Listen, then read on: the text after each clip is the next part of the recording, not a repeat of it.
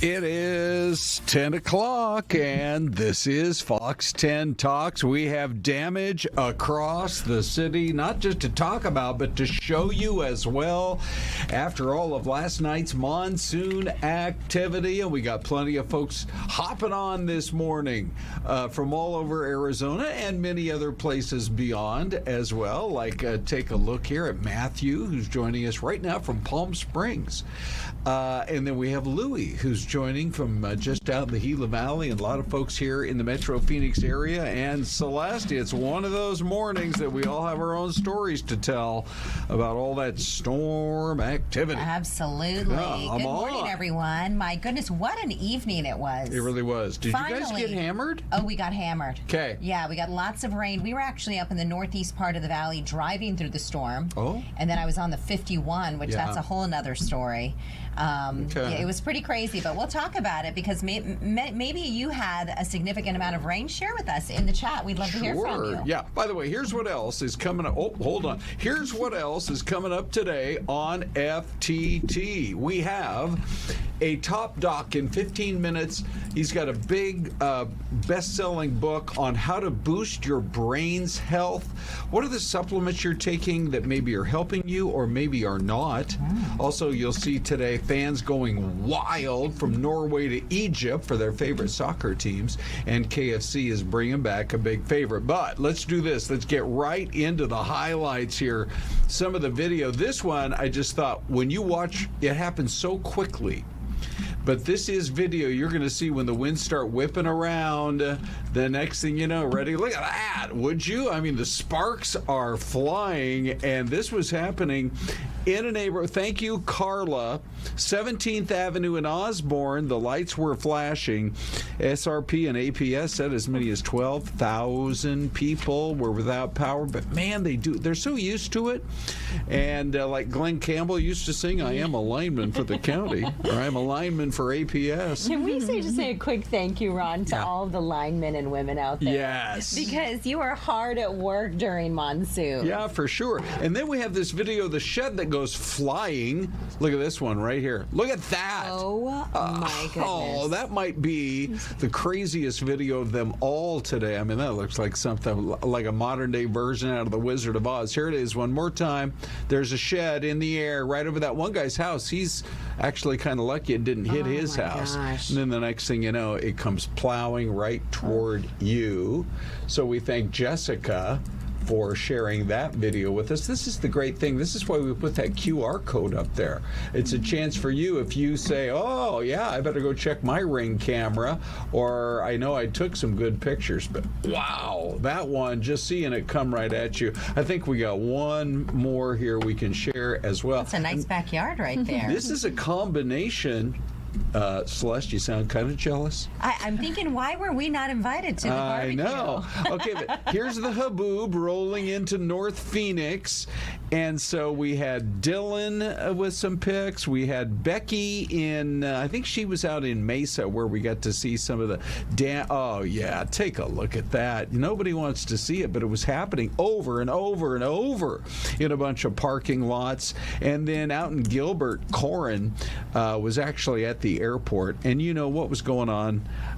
Remember yesterday, you guys, Crystal joins as well, of course, on a day like this. We were laughing about your inner nerd or your inner geekness or whatever, and I was checking that flight radar app last night because it was just pouring at our house, and the winds were howling. We were afraid trees were going to get knocked down. I said, I wonder what's going on at Sky Harbor, and there were no planes going in and out, but they were flying them on routes like to Fountain Hills and then back up to Payson, almost to Winslow. And like, could you guys just hang out there for a couple of hours? Well, you know what's interesting too? I mean, I'm sure you guys have been on those flights where you're in the middle of a storm or a storm's on its way or just leaving, and they take you on those like tours of air. Like they're it's almost like a tour. Like, take advantage of that. Yeah, an unexpected tour. The tour you never want to go You're like, I just want to get home. Yeah, you're like, okay, there's the rim, Mogollon Rim. Yeah, wow, for sure. sure. All right. So, Crystal, first of all, I know you're going to talk a little bit about what we could expect over the next day or two. Let's talk a little bit about last night, though. Yeah, it was a good round. For pretty much the whole valley, there's at least some rain that fell,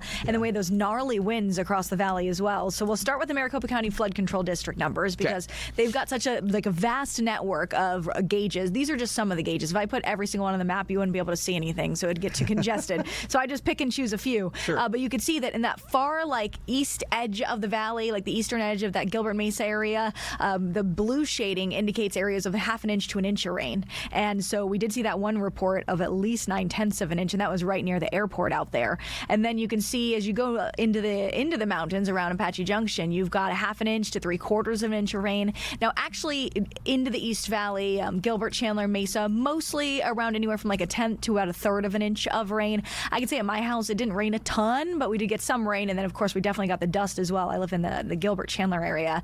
And then there's the Tempe to Scottsdale zone where we had some of the biggest rain totals, anywhere from 1/3 of an inch to over an inch of rain. And that included the airport where we picked up just under 4/10 of an inch of rain, and up the 51, like that 202-51 intersection area where we had about an inch of rain reported as well. That was the hot spot where we had a downburst drop a good deal of rain. And the West Valley was kind of like the mist zone. There was a few hundredths of an inch, some showers out there, but a little more dust than rain there. The north edge of the valley, it was anywhere from 1/10 to a couple tenths. And then as you got into the north edge of Maricopa County, into the mountains, only a few hundredths of an inch. But still, the fact that everybody had at least some reporting number is pretty awesome, because that is really the true full start of the monsoon for the valley. Is that, like I mentioned, so far this monsoon season at Phoenix Sky Harbor, we picked up just 4/10 of an inch thanks to yesterday's storm, which a season average for the monsoon, so we're talking from June 15th through September 30th, is about 2.5 inches. So we're already almost what is that, a fifth of the way complete with our monsoon season total, which is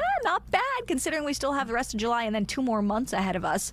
The wind gusts were really exceptional. Of course, no surprise, all the video you guys were showing was so wild when you had these kind of gusts. We had nearly 50 miles per hour most of the East Valley up to Scottsdale, and then over 60 miles per hour at the Deer Valley Airport, over 50 miles per hour at the Sky Harbor Airport, and then about 45 range or so out in the West Valley in spots like Goodyear. So some really strong winds with those storms too, which all of these were threats we warned of, that the monsoon storms, these are the typical threats they carry, right? Like damaging winds, blowing dust, some lightning, and then potentially flooding, which the concern for flooding is actually going to uptick over these next few days, guys, because of the fact that A, we're starting to saturate our ground a little bit in some areas, but B, it looks like the storms will be laden with even more moisture as we go over the next few days. So right now we're dry. But Ron, you talked about this, so I want to show this map off, that a typical monsoon pattern, our area of high pressure is centered up. Let me grab my little pencil. Typically, when we have a good monsoon pattern, the high pressure is centered up right around here. And that helps give us a nice tight rotation in this general area of monsoonal moisture. But instead, what's actually happening is that we've got an area of high pressure that's centered over way, way far northern part of the country, north central. So the flow instead is a huge rotation. So we're grabbing moisture from over where you can see all that flooding happening in Texas. That's the same moisture path that's heading into Arizona, and it has been for a few days and is going to continue for a few more days. So we're just adding moisture to moisture to moisture, which is why it's so muggy outside and it feels kind of disgusting out there, is because of all this moisture that we're tracking. This is the future cast for today. Now, because we did have such big storms last night, the potential for us to get the same type of storm activity, widespread across the valley, much more limited potential for that. We kind of zapped our battery a little bit. Not impossible to get some storms, though, which we'll start to see in the high country early this afternoon. And then notice the model does kind of drop them towards the valley, but doesn't necessarily show a lot making it through the valley. Again, we'll leave a 20% chance. There's still the possibility, but it's less likely tonight. Then we go into the overnight. A passing shower or two is possible. That's 2 a.m., 3 a.m., you see that. And then we go back to tomorrow afternoon. Yet again, we get these thunderstorms picking up in the same general area of north and east parts of the state. And the flow by tomorrow starts to shift a little bit to more of a push from the northeast down towards the valley. And that's what you see there with the model. Now, this model is going very hopeful for big storms. So we'll say that there looks like an increased potential, 30 to 40%. But I think even by Thursday, the potential might be better because of the way the pattern is setting up. So notice that the Weather Prediction Center, which analyzes for the areas of most likely flood potential. By Thursday, has a pretty good chunk of the state, as you can see, under that yellow. So scattered flash flooding occurring. And so that's what we'll be watching as we see that like increase to isolated potential today, maybe a little better potential in the high country tomorrow. And then by Thursday, a bit more widespread. I actually wouldn't be surprised if the National Weather Service issued flood watches for Thursday specifically. On top of that, we are still pretty warm. We're at 108 right now. So not only do you have the storm elements, but it's hot and it's humid out there. Do you have any sports? Pretty sticky. Do you have any sports to go to later today? Outside? Potential. Oh no, I'm sorry. We do have some indoor trainings too as well. But I put up a video. We were driving during the storm last night. Yeah. And I threw a video on my stories, and I asked, "Hey, where did you get any rain? What part of the state are you in?" And in Mammoth, Arizona, which is I guess north of Oracle, like Tucson area. Almost south of Winkleman. Yeah, that area. Cheryl was there, and she said we had a few sprinkles. But when we look at your maps, it looks like maybe they have a chance of getting the one you just had up. Maybe more likely around the state. You said, maybe a chance of rain for Cheryl in that part of just north of Tucson area, potentially, then maybe in a couple of days or so. We are the only show that does customized forecasts. You put it in the chat. For we'll Cheryl. take a look. For Mammoth. We'll do it for Cheryl. We'll do it for anybody. We'll do it for Louie out there in Pima. Well, and we have Curtis. He's in the Four Corners region. He said, he didn't get anything, with last night. Yeah, you know what? The Four Corners region is such a, when it comes to rain, but also snow in the winter season, such a hit or miss zone. Sometimes it's like we'll have a snow map up and the one missing hole is right over the Four Corners. I'm like, I'm sorry that you don't get any of the good stuff. But you are right, especially tomorrow. It looks like not just for the valley, but that those storms could roll through a lot of Pinal County. And then I know we're out of time. We got to go. But you had a map up today that said that was like all red, and over this next 7-day period, the amount of rain that could fall like up in the rim country and up in maybe into the White Mountains. This is like the 7-day like model analysis of how much rain we could end up with, and I'm trying to pop it up. Let's see it's if it'll frightening, load. Celeste. I don't even know if you want to look at it. Is it going to fill it up? There you go. Look at that. Yeah. Come on. Are you scared out of your boots, Yeah, Ron? I think I'm going to go over to Blythe or something. Do you have a boat is the question. Crystal, it should be a crazy weather week. We love when you pop in. Yeah, Thanks, guys. thank you. Thank you. Okay. We always learn a lot. Yes, we do. For sure. Do we want to give up the mystery camera? Let's do a little preview. Sneak peek. We'll have the full reveal at 10:30, but this is just a sneak peek for you. Hey, good morning, everyone in the chat. Let us know what type of storm activity you received. And D. Drigger says, love watching the rainstorms, especially in the mountains. We're going to take a quick break. We'll be right back.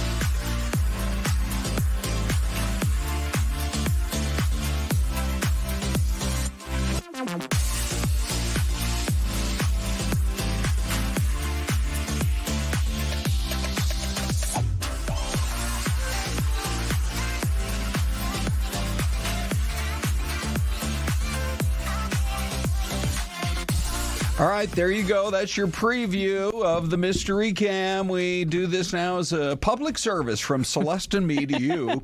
And, of course, Thomas Favela jumps in. I don't know if he has some sort of insider knowledge, but he says, I'm pretty sure that's Iceland. Oh, my good. So, that must be I haven't been there yet, so maybe he's right. I don't know. It could be. I mean, it is summer in Iceland, so. Yeah, it is. Which, by the way, on the other side of the world, have you seen those pictures just in the last week out of New Zealand where it is dead of winter down there, and they're getting all kinds of snowstorms? They are. And we were watching a video of Norway too last night. It's crazy. It's so beautiful. You've been there, Ron. I have. That part of the world, New Zealand, Norway. I loved it. Okay, so we have a great interview coming up. Also, don't forget, a little bit later, would you be willing to pay not to have somebody in the middle seat next to you the next time you fly? That's going to be one of our topics. But let's get on to an interview we've been looking forward to. Celeste, this is Dr. David Perlmutter. He has the new book called Brain Defenders. Dr. Perlmutter, thanks for joining us. Delighted to be with you. Good morning. Great. Yeah, we've been excited about this interview because Ron and I take a lot of supplements. Ron he's got like a month-size pill box. Mine's only by the week. Yeah. I need to get on Ron's program. So we need your help this morning. What are some of the choices we can make that would better our brain, I guess you can say, on a daily basis?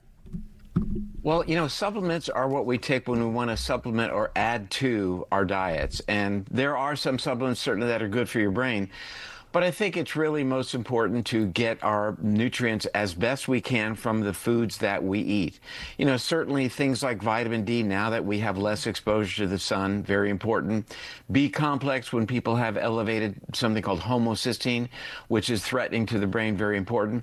And still very, very bullish on fish oil. But, even beyond nutritional supplements, I think that job number one is to make sure that we get physical exercise every single day. Okay. What prompted you to write this book in the first place? Because I know you're passionate about it. Ron, this is book number 16, believe it or not. Wow. I know.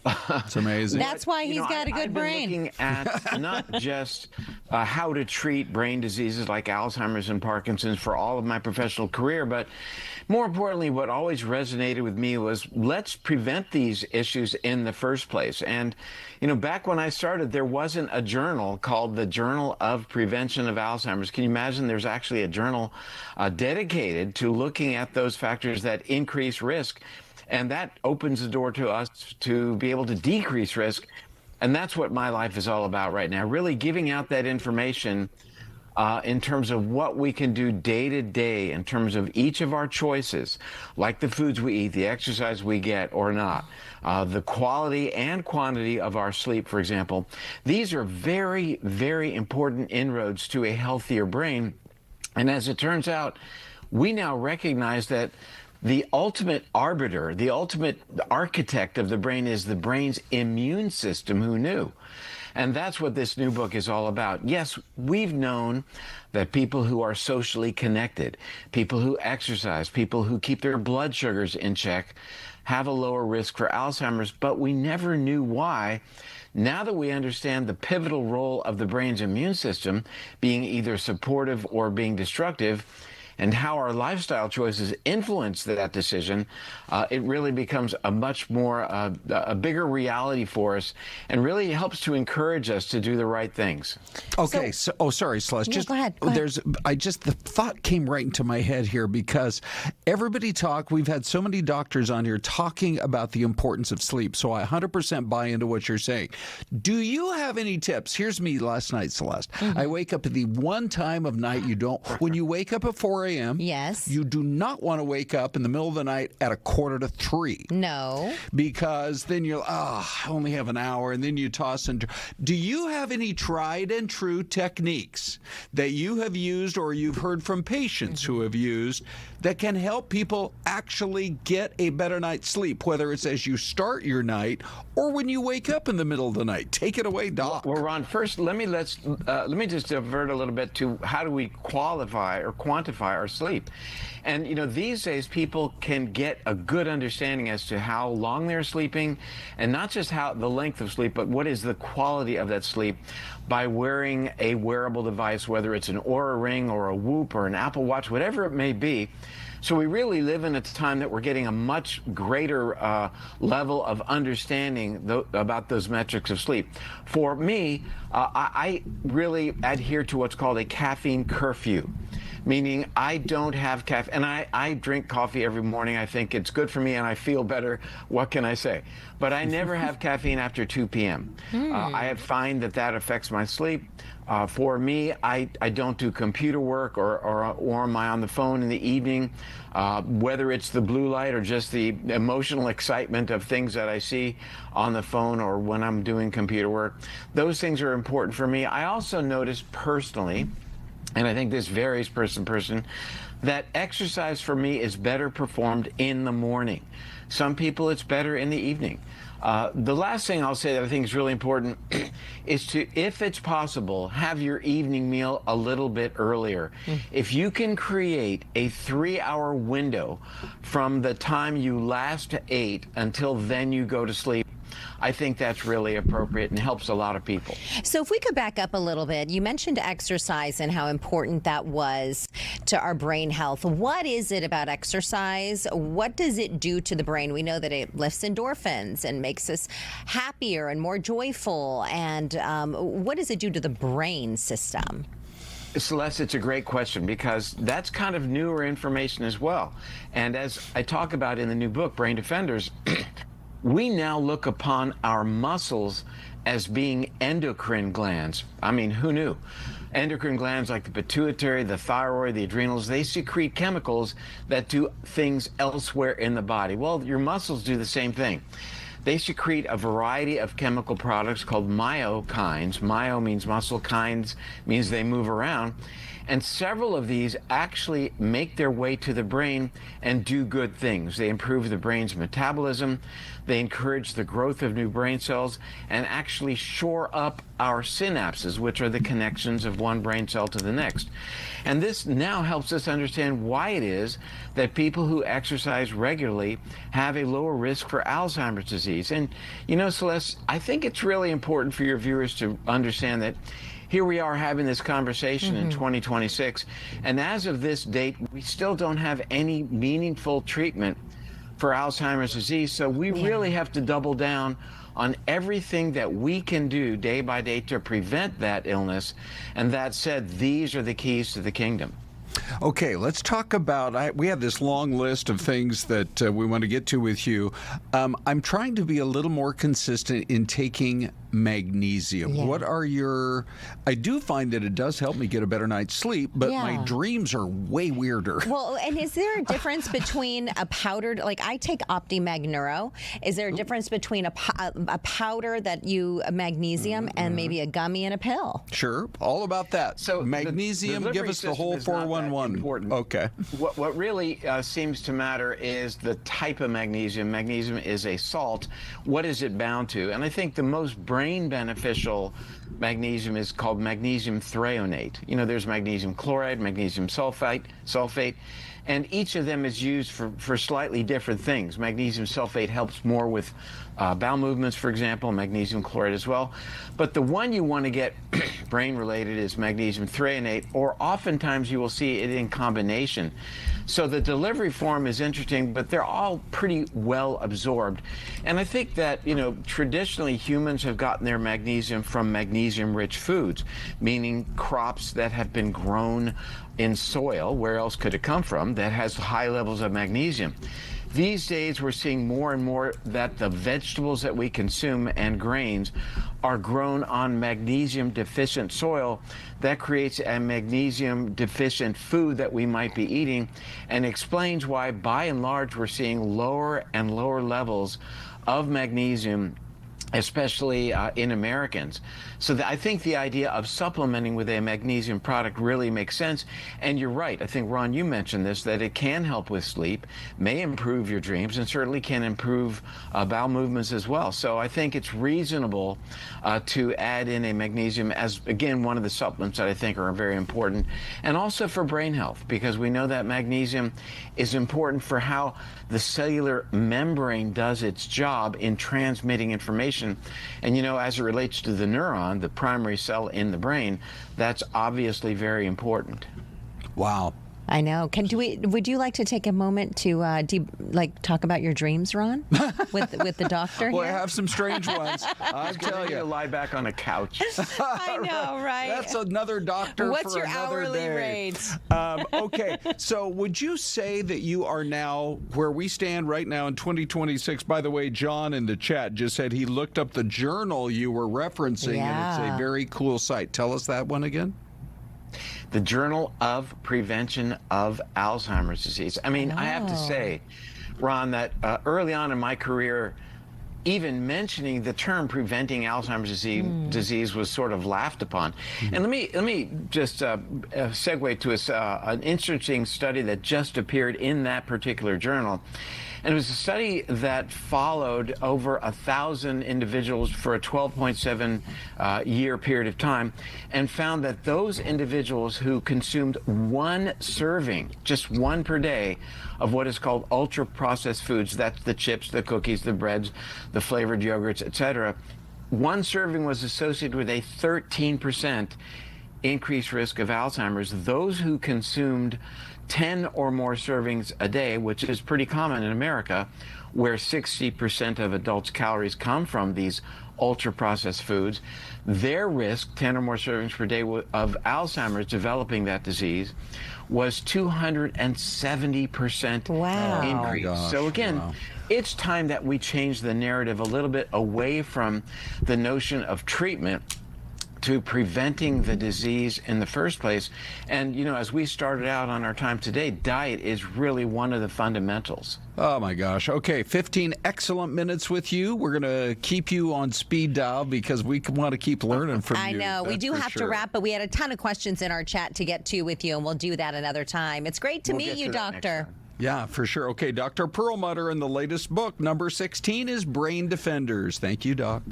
All right, here is your mystery camera, and more on your guesses in a brief moment. We'll be right back.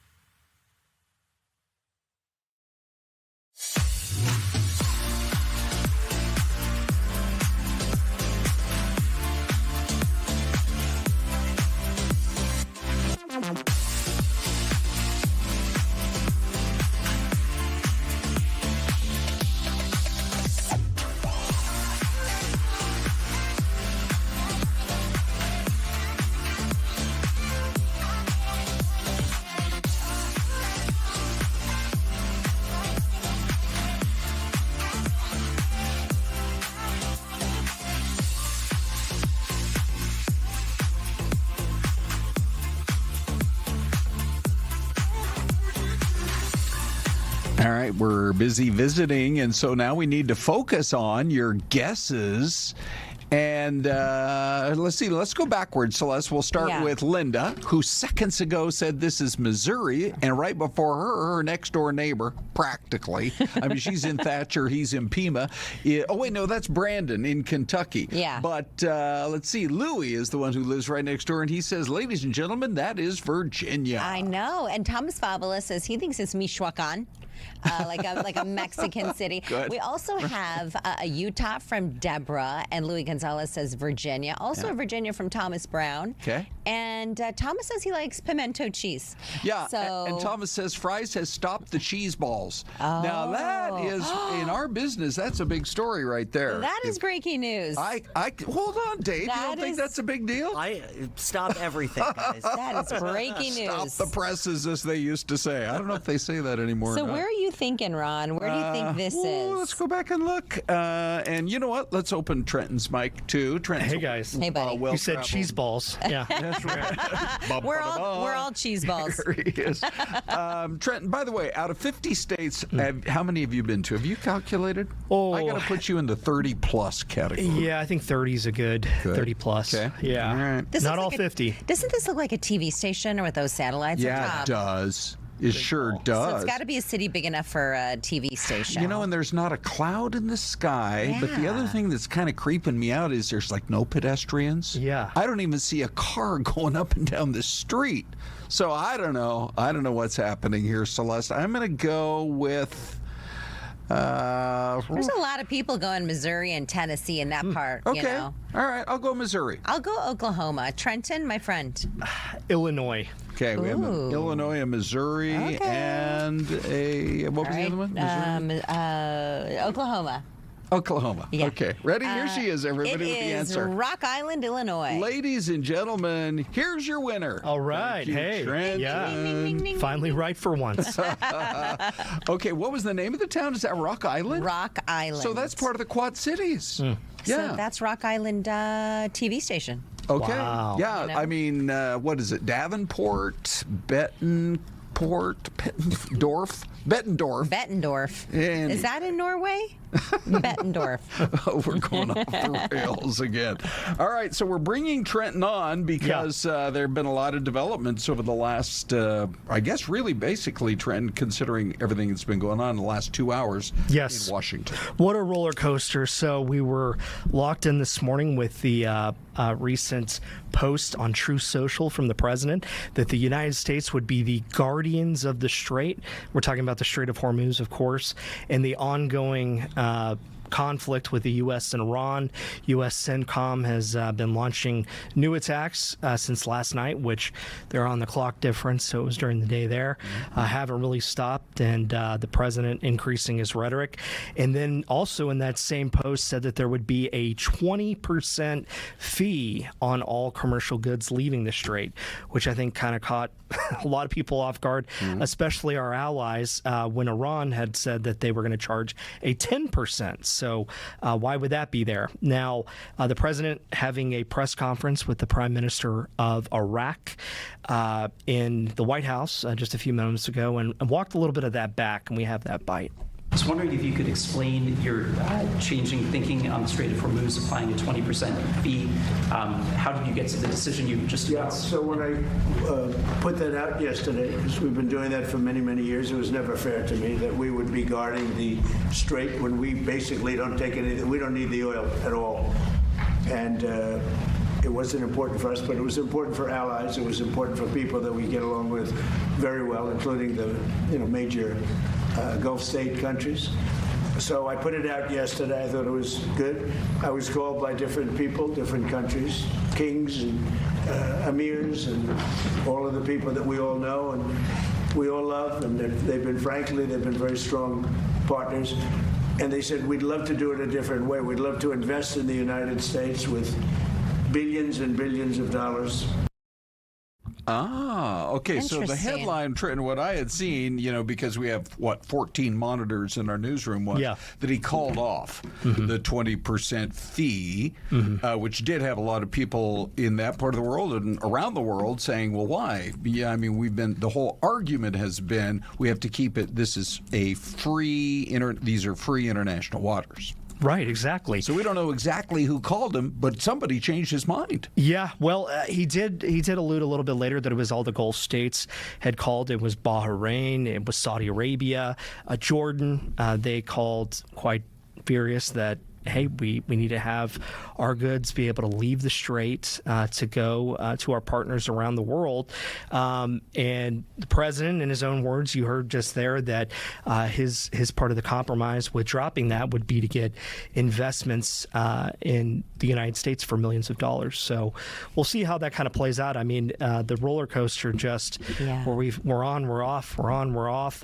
And the bigger part with what experts have called during the war on terror, which a little ironic that we have the Prime Minister of Iraq in the White House, the escalation trap. That was the big fear in the war on terror in Iraq and Afghanistan of whatever move we make against an enemy, and one show of force is met with an equal and can be even larger size of force, and that seems like where we're on right now. It's interesting. I feel like, you think about the art of the deal, and when you're in the middle of a negotiation and you maybe ask for a really low price because they're going to come. Maybe he said, went up 20%, knowing that those Gulf country leaders were going to come to him and say, we need a favor here, can you drop it? And then it's like, hey, you do for me, I do for you, and it's those favors that are then traded between leaders of countries. And I heard one comment. In fact, it was the Senator James Lankford from Oklahoma, I believe, was being interviewed on Fox earlier today, and he said the thing about our relationship with Iraq that is so important is A, they're right next to Iran. B, a lot of American blood and treasure was shed in the Iraq War, and so we have to make sure that we continue to maintain that relationship there. I was a little bit surprised that when Iran announced the schedule for the, I guess, the funeral procession or the protests that we've been seeing, as the Ayatollah was killed in the original attack back in February, that some cities inside Iraq were actually going to be part of that. So you just don't know kind of where Iraq straddles the line. I guess that's part, Trenton, why this meeting today was so important. Yeah, I mean, it just shows, I think, all our conception of the Middle East, where we think it's just lines on a map, but the cultural, religious, and the historic ties are so much deeper there that I don't think in the West we completely understand at times. But where I think Americans' minds are going right now is this going to cost us more? Are we going to be paying more at the pump? Is it going to be more for goods? Is it going to be tacked on to the consumer at the end of the day? And the president did answer that.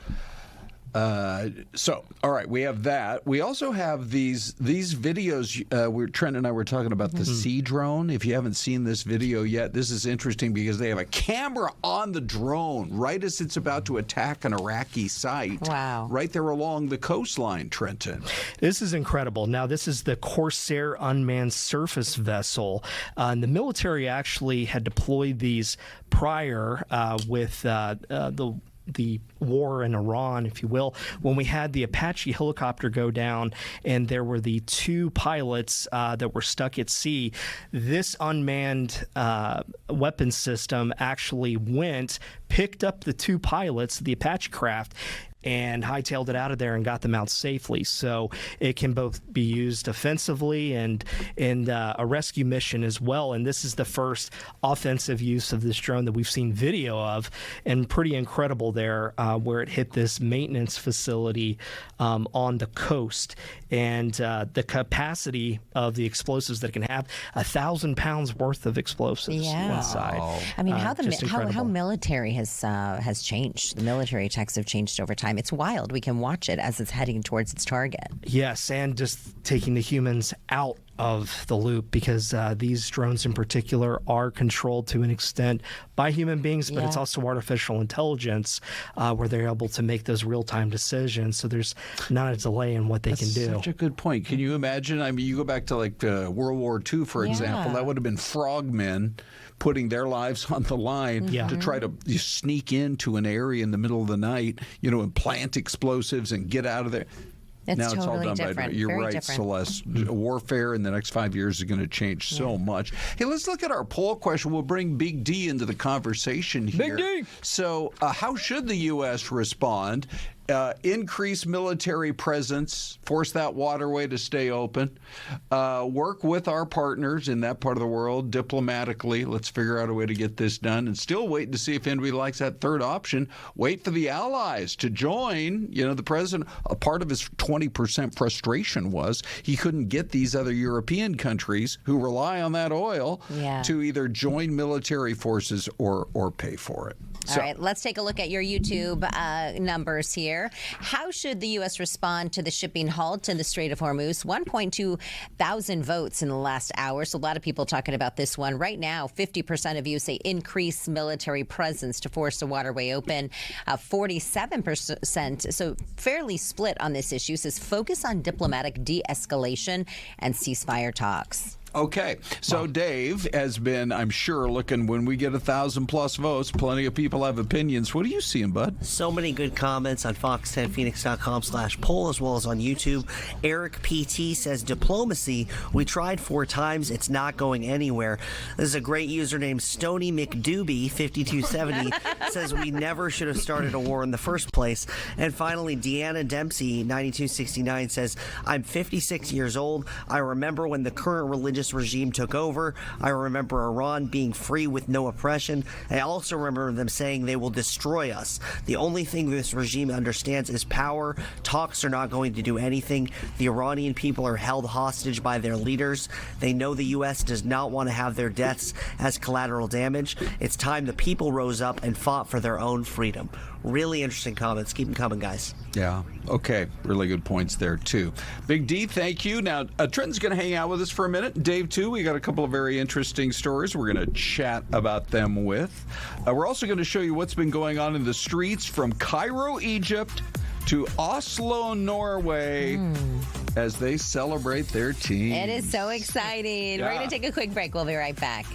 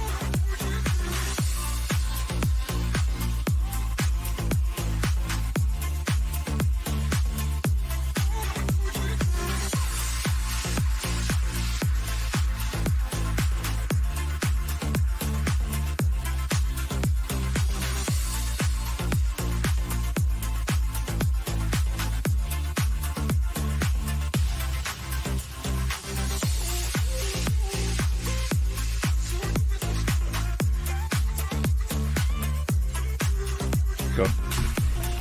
All right, welcome back, everyone. And you are looking live at a beautiful, it looks like some sort of farm or dairy with a John Deere tractor waiting to be, ridden around. I have no idea how they even convinced this particular farmer to put a camera up on his farm.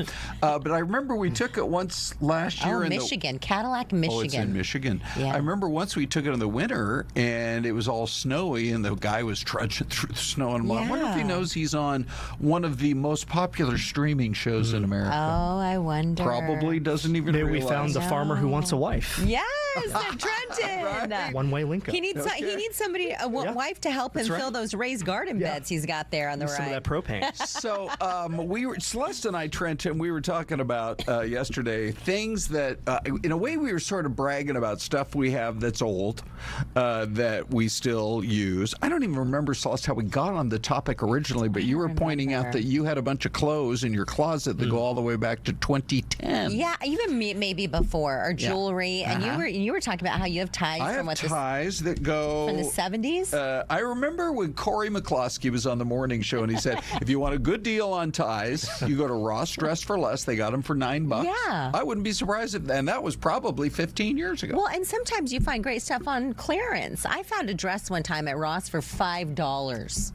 $5, Ron. Humble brag right there, Celeste. I'm telling you, I love to save some money. Yeah. So anyway, it just brought up this whole topic of what are some old things that we might have that we use every day. And you guys, I texted you a few options. One of them was. Here, let me just hold the this up remote. This is a fairly old universal remote. Wow. It may look like it's super modern, but I think I've had it at my desk here at work for probably 10 to 15 years. Wow, and no one has taken it from your desk yet? No, we have a very honest workplace. But some of these new high-tech remotes, who even wants to mess with them? It's hard. That one has some road wear for sure. It might be where we're getting the explosive diarrhea from. Patient zero. This thing has so much bacteria on it. Ron, take that back to your desk right now. Anyway, so what comes to mind for you guys? Trenton, take it away, brother. Ooh, books. I think I like having a tactile book. Yeah. An older one, the better for me. Do you have one that you've read multiple times? I've got some. Let's see. I have a Bible for sure that we keep that's a little bit older. I love that. I like to have. And then, with my daughter, we're getting into more reading, but I have books. Like I have an older Treasure Island that I had when I was a kid, so it has like a picture book in it too. So I like the tactile feel. I've been going through boxes of old family photos, and I was amazed to find my grandma. Now she passed, about 30 years ago. But it was her Bible, and it was one of those older ones that you see where the words that Jesus spoke are written in red. Yeah. They don't do that very much anymore. But there was an old country song by Brooks and Dunn, written in red. Yeah. And that's what it was all about. I know you get up and read the Bible every morning, but... my study Bible still has the red letters. You can still find does it? You can still find them. Good. You can still find them. But anyway, what else is old for you? So I think you want to roll the video here. Oh, yes. Let's see. Let's roll the video. Hold on, So I got to get to the video. I don't use this every day, here. but I use it at least a handful of times a year. Okay, hold on here. Is I think this it's under VO. And I use it. VO? No. Which VO? Neil, you just go ahead and roll it. Yeah, so we have, on special occasions, I always make Swedish pancakes. Okay. Which are crepes. All right. And my husband, when I met him, there were a couple of things that he had in his kitchen that were from his grandmother. Oh, wow. And so I think that this maybe even she was given. It's a sifter. This is an old-fashioned sifter. Maybe it is a lot of people, you have fancy ones, but and it's kind of it's something that I use. And here, this is me in my kitchen. This is back when I was like making Swedish pancakes. And when I'll pick it up in a second, and you'll see how you sift it. And I have to sift the flour, the baking powder, the salt all together. And here it is. And you sift it just to make sure that it's fine strained underneath. And the sifter even has a built-in measuring cup on the inside. Wow. But it was my husband's grandmother's and maybe her mother's. We don't know. And so it was in his kitchen, and she had given it to him, and now I use it about at least a handful of times a year. That so cool. is so cool. By the way, Thomas joins in and says he has an old Mont Blanc pen. Ooh. You don't want to lose those. No. And Lil Philosophy says he got a suit from Ross for $50. All right. So he's a bit of a bargain shopper too when we're talking about old things. Like it. Very nice. Let's go see if Big D has anything that's kind of in the old cat. By the way, some of the other options were your car. I don't know if any of us drive like an old car. Yeah. Kind of a thing. Like a vintage Mercedes. Is that what you have, Dave? Yeah, I've got 4 of those. I love them. I love them all. No, I had a 94 Toyota Corolla that I drove for a long time till it was well over 200,000 miles. But I would say the oldest thing I currently own would be coffee mugs. I've been drinking coffee since college and just rotating out coffee mugs. So, yeah, I've had those for a good 20 years. What are you using right now? Like, what's your fave coffee mug that you're drinking from? You know, today? one of my favorite new coffee mugs is the AZAM ones that our amazing promo team, Brian Bluis and everybody, set up for us. We've got them at the office now. I really like it. Yeah, wow. And Brian happens to be in here. I know. I'm sucking up to him right now. Too bad we don't Hoping he have gets the more. I have never seen a more blatant attempt to get a free second coffee mug in my life than what we just witnessed right there. And I think it's going to work. Brian, did you bring them all in? Oh, he's going to go get them. We got 5 minutes left, Brian. You got to get all the You way to better your run, office buddy. and back. Well, he's a very fit gentleman. He probably can make the run pretty quick. I also have an old T-shirt that says Washington Huskies Rose Bowl champions. Ooh. We have not won the Rose Bowl since the year 2001, so you can do the math on how old that T-shirt is. Have you washed it? Oh, yes. Many times. So he's actually wearing it right now. My husband had a jersey. Now that Trenton is accusing me of being patient zero, yes, Well, I wash my clothes. There's rumor of such, but Well, when you're an athlete or a fan, sometimes you don't wash them because maybe it's good luck. Maybe it was a good luck T-shirt. Smell is the biggest memory. My husband had this jersey he wore in college, and he hadn't washed it. It had grass stains on it still from playing football. The whole thing. Okay, Dave, incredible. here's my question for you, buddy, whether you get your mug or not. Do we have the graphic for viewer voicemail? Yeah, it's a viewer. It's graphic 5. Okay, graphic 5. Ladies and gentlemen, here we go with graphic 5. So if you have an old item, this, by the way, also on the list was an old piece of furniture. Oh. Maybe you have like a recliner that you've used for 35 years. Maybe a or- Lazy Susan. I love a good Lazy old Lazy Susan. Yes. Listen to this. Thomas Favola says the molcajete, which is one of those things you make salsa with, you know. Yeah. And Linda Monter says, being a teacher, I have a hefty collection of cocoa mugs. And I think Be Kind Forever had a couple of comments in this. Celeste, I have one of those. Oh, the sifters and a Sparklets manual ice crusher. And I like what Brandon is saying. He says, I still have some of my old VHS and cassette tapes. Now, it's harder to find the players to play them in. I know that. cassette record player. I actually have an old console, stereo console that I Okay, refurbished. we've got Brian walking in now. He's Hold on. head of Whoa, promotions. look at this. Okay, where are you here, Brian? Wow, you This asked. is the first interview we've ever had with the man himself, BB, Brian. Cheers. Cheers. What are you saying, Brian? I've got the new mugs, Fox Local Phoenix logo on one side, Fox on the Wow, other. look at that. That's nice. know And it's that we much have- bigger. With than- Fox Local, we literally have 10,000. thousands and thousands of people watching us every day, streaming, right? We love that you watch us on TV, but Fox Local is taking Well, here's the thing. Brian, how did you get the bigger mug? Because these Well- are nice and big. I've had about 1,000 people's voices in my head. Can you give me this free thing? Can you give me that free thing? You know? I finally, I needed to make an impact.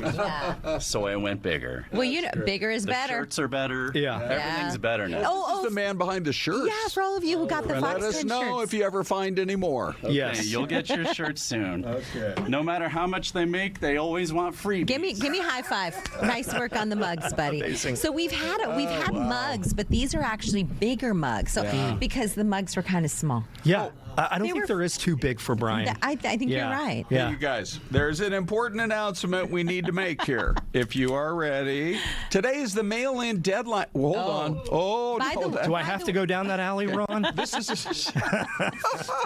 this is a streaming show, so we occasionally, We got it? Oh, look, there you go. Thank you, Neil. Anyway, Trenton, that's hilarious. Oh, people are asking for mugs now. In the chat. Okay.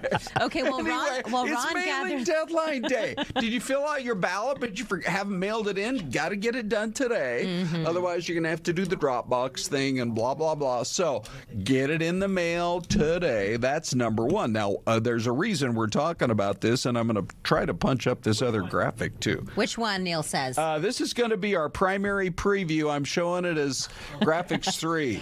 Who's that guy? That's me from, I don't know, 15 years ago. This is the first time we have ever done a 3.5 hour Fox 10 Talk It's streaming amazing. show. It's going to be so great. So, yeah, Dave's over there cheering, and, well deserved, Dave. This was actually, I think, kind of Dave's idea. So coming up at, we'll do all the streaming we normally do, but Yes. from 12:30 to 1:30, we have a full preview for you if you haven't voted yet for the primary election, a full hour of live coverage, because we've had so many of these guests who have been on with us. Yeah, so you'll have a lot of information from those interviews that you'll use. You'll have Stan Barnes. He'll be in with you to kind of host. It's going to be great information.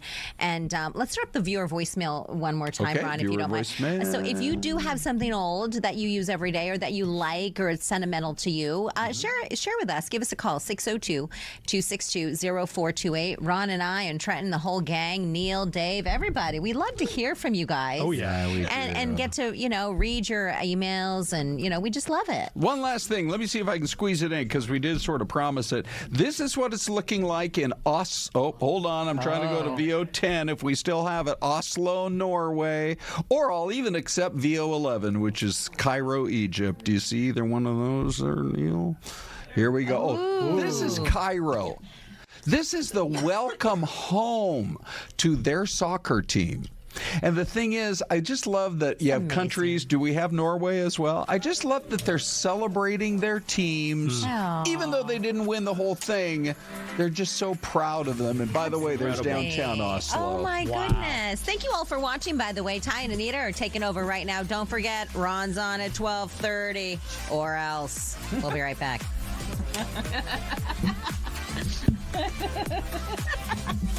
Wow.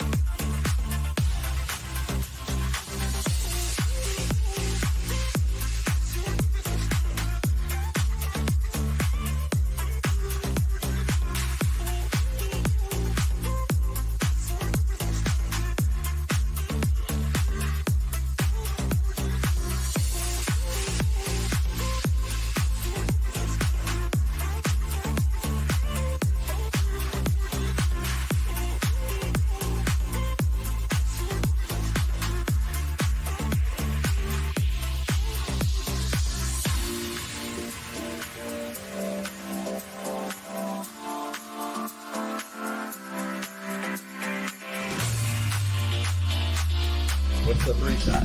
Hi, everyone. Welcome in. It's Tuesday. Fox 10 Talks continues at 11 o'clock with Ty and Anita and a very special guest. We are jam-packed today. All right, so we saw Brian, our promotions director, giving He's the big guy Ron and upstairs Celeste those new mugs, and we said, hey, we want some new mugs. So where are they? Well, Big this reveal. is it, everyone. the Fox 10 Fox Local Phoenix mugs have just arrived. People have been asking about these for quite some time now, and I'm finally in the position to start handing them out. Can we throw you under the bus real quick? Please throw me under So the the bus. last ones that you gave us, We're like this, lefty. they were left hands. lefty mugs, so there was nothing on the other I side. don't think there's Not that there's anyone- anything wrong with lefty. No. Right? Yes, thank you for They were making- also small. They And were you way know how we small. like our coffee on this show. Big mugs. But this is, look how smart you are. Yeah. So if someone's left-handed, they have a logo. And if someone's right-handed, they have a logo. Yeah, I've thought of everything. You really have. I And- mean, you and can this go is like the left, new you way can to go go. right, whichever way you want to go. And You we choose can, your own adventure. Is this like, what, 16 ounces? Or? 16 ounce. You're gonna love your next beverage when you drink it out of this. Well, Brian, thank you. Well, hey, I thank think you we for should having get, me. I have an idea, a white one with navy blue lettering. Okay. Oh, boy. Maybe Just have We don't both. have the budget for that. I can't Just make everybody happy. No, I'm all the happy. time, Anita. Navy's like my favorite color. No, I'm just saying. Well, hey, it's been a pleasure. Yeah. Are you, I- you're done? Can I? Yeah, Did of you have a course. lot of monsoon activity yesterday? I did. I actually shot some video of You it. I did? didn't bring it in. I should have. I didn't know I was going to be on. But You're not prepared. It's the windiest it's ever been. I live in Peoria, right around Deer Valley and Lake Pleasant Parkway. It was crazy. The wind speeds, if Crystal were here, would tell you 67 miles per hour At the It Deer felt Valley at the Airport. Deer Valley Airport. It was Yeah. nuts. It was brutal So- out there. Yeah. I loved it, and at the same time, I was like, Go away. yeah, I was like, go away. I just planted that tree. I don't did want to you go by lose it? anyone. No. Oh, No, I tied it up real I good. like the storms. I don't like the dust. Yeah. No, I agree. Nobody does. So, what do you think the best way for me to make my exit is? Well, here? we're going to play some video. We're gonna play some talk video. about what we're watching, Brian. Okay. And the first story that we are watching, of course, is all of the rain. Oh my So, goodness.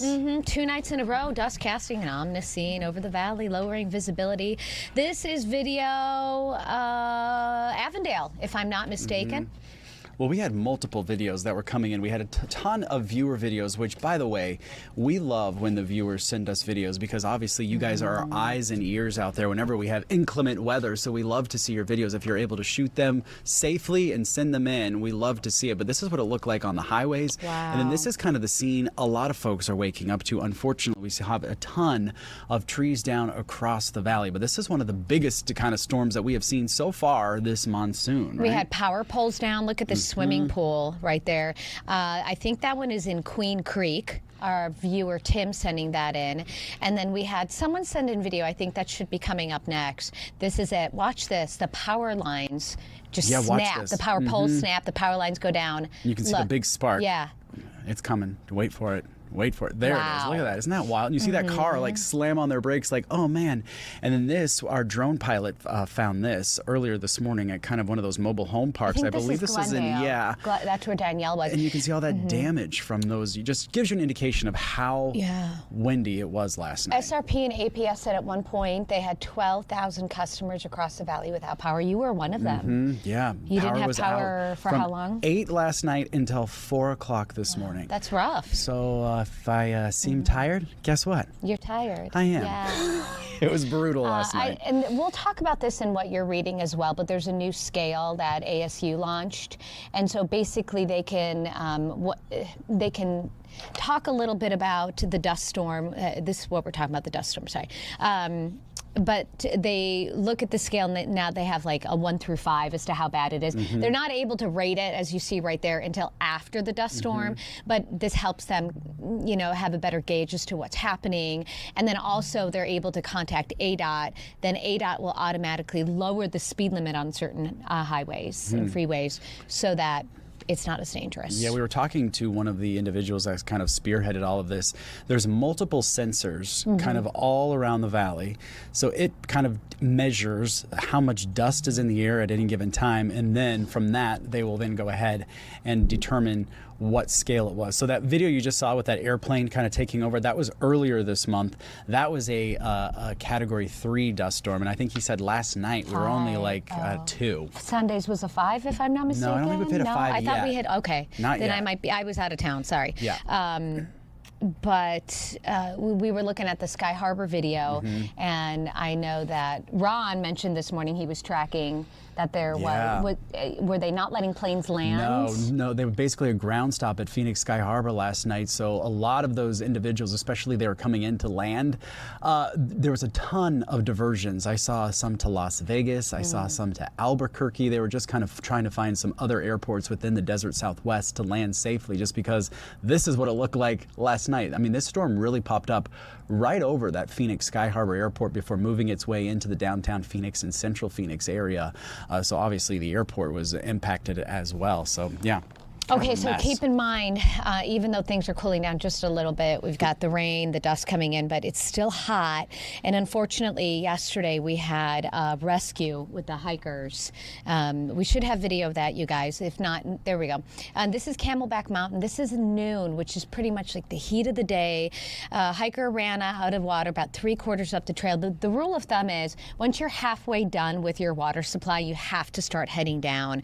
So they had to deploy that chopper, not cheap, not easy, not safe for the rescuers, and they brought that person down. All right, let's move on to what you are reading on this Tuesday. And of course, we were talking, oops, all of these are out of order. Oh no, that's the answer. No. And well, oh no. Okay. Sorry. 19. Pretend you didn't see that. 1988. All right, we'll just go over these quickly. I'll just show them, all right? Number 1 on the web story Arizona is, of course, the monsoon. Season. Category 3, you were right. Number 2. Probation documents reveal criminal history of Glendale murder suspect. This is a terrible story. Glendale police arrested 24-year-old Dominic Rodolico, first-degree murder. He went out on one date with 21-year-old Ariana Jones. She has been found dead. He's on a $2 million cash-only bond. He had previous criminal record impersonating and theft conviction. So that's a tough one. All right. And yeah, the number 3 is actually a follow-up to that story as well on our website. So if you want to continue to read more of those top 3 stories, all you have to do is go to our website, fox10phoenix.com. All right, moving along. Obviously, we just had these terrible storms moving through the area. So when it comes to buying a house in Arizona, there are basically some, I guess, Arizona-esque things you need to ask if you are not from here or you are a first-time home buyer. So we have our expert that we always love to turn to. We have Mr. Trevor Halpern, joining us here this morning. By the way, I just saw your billboard. For the first time? And I was like, well, I was on the bus and I was like, I know that guy. I know him. I know him. But let's talk about this because obviously we saw the dust storms. But you were mentioning the roof is something that is huge. When you do an inspection or any type, I guess, even starting to look, what are some things that buyers need to know, especially here in Arizona, that makes us different? In monsoon season, too. I know that's a big topic. It is. You know, monsoon season is a really good time to buy a home because you get to examine the roof, you know, especially after a rain like we just had. You know, I love inspections on rainy days or inspections after a rain because you can see, a lot of times you'll see under, when you're in the attic, you'll see the sheathing, it'll have water stains. Well, is that new? Is it old?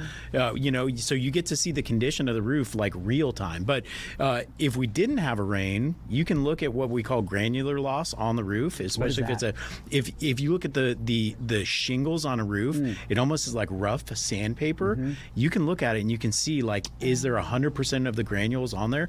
Have they eroded? Has it decayed? Is it brittle? You know, the sun is absolutely brutal on our roofing systems in Arizona. What about a flat roof? Yeah, flat roof, you know, that's almost visually, you can see it. You can see, hey, like water pools there, there's bubbling and cracking. You know, flat roof systems can be really, really nice, but they require more maintenance. So you have to get up there, you have to clean them off every so often, about once a year, get up there, blow off all the leaves.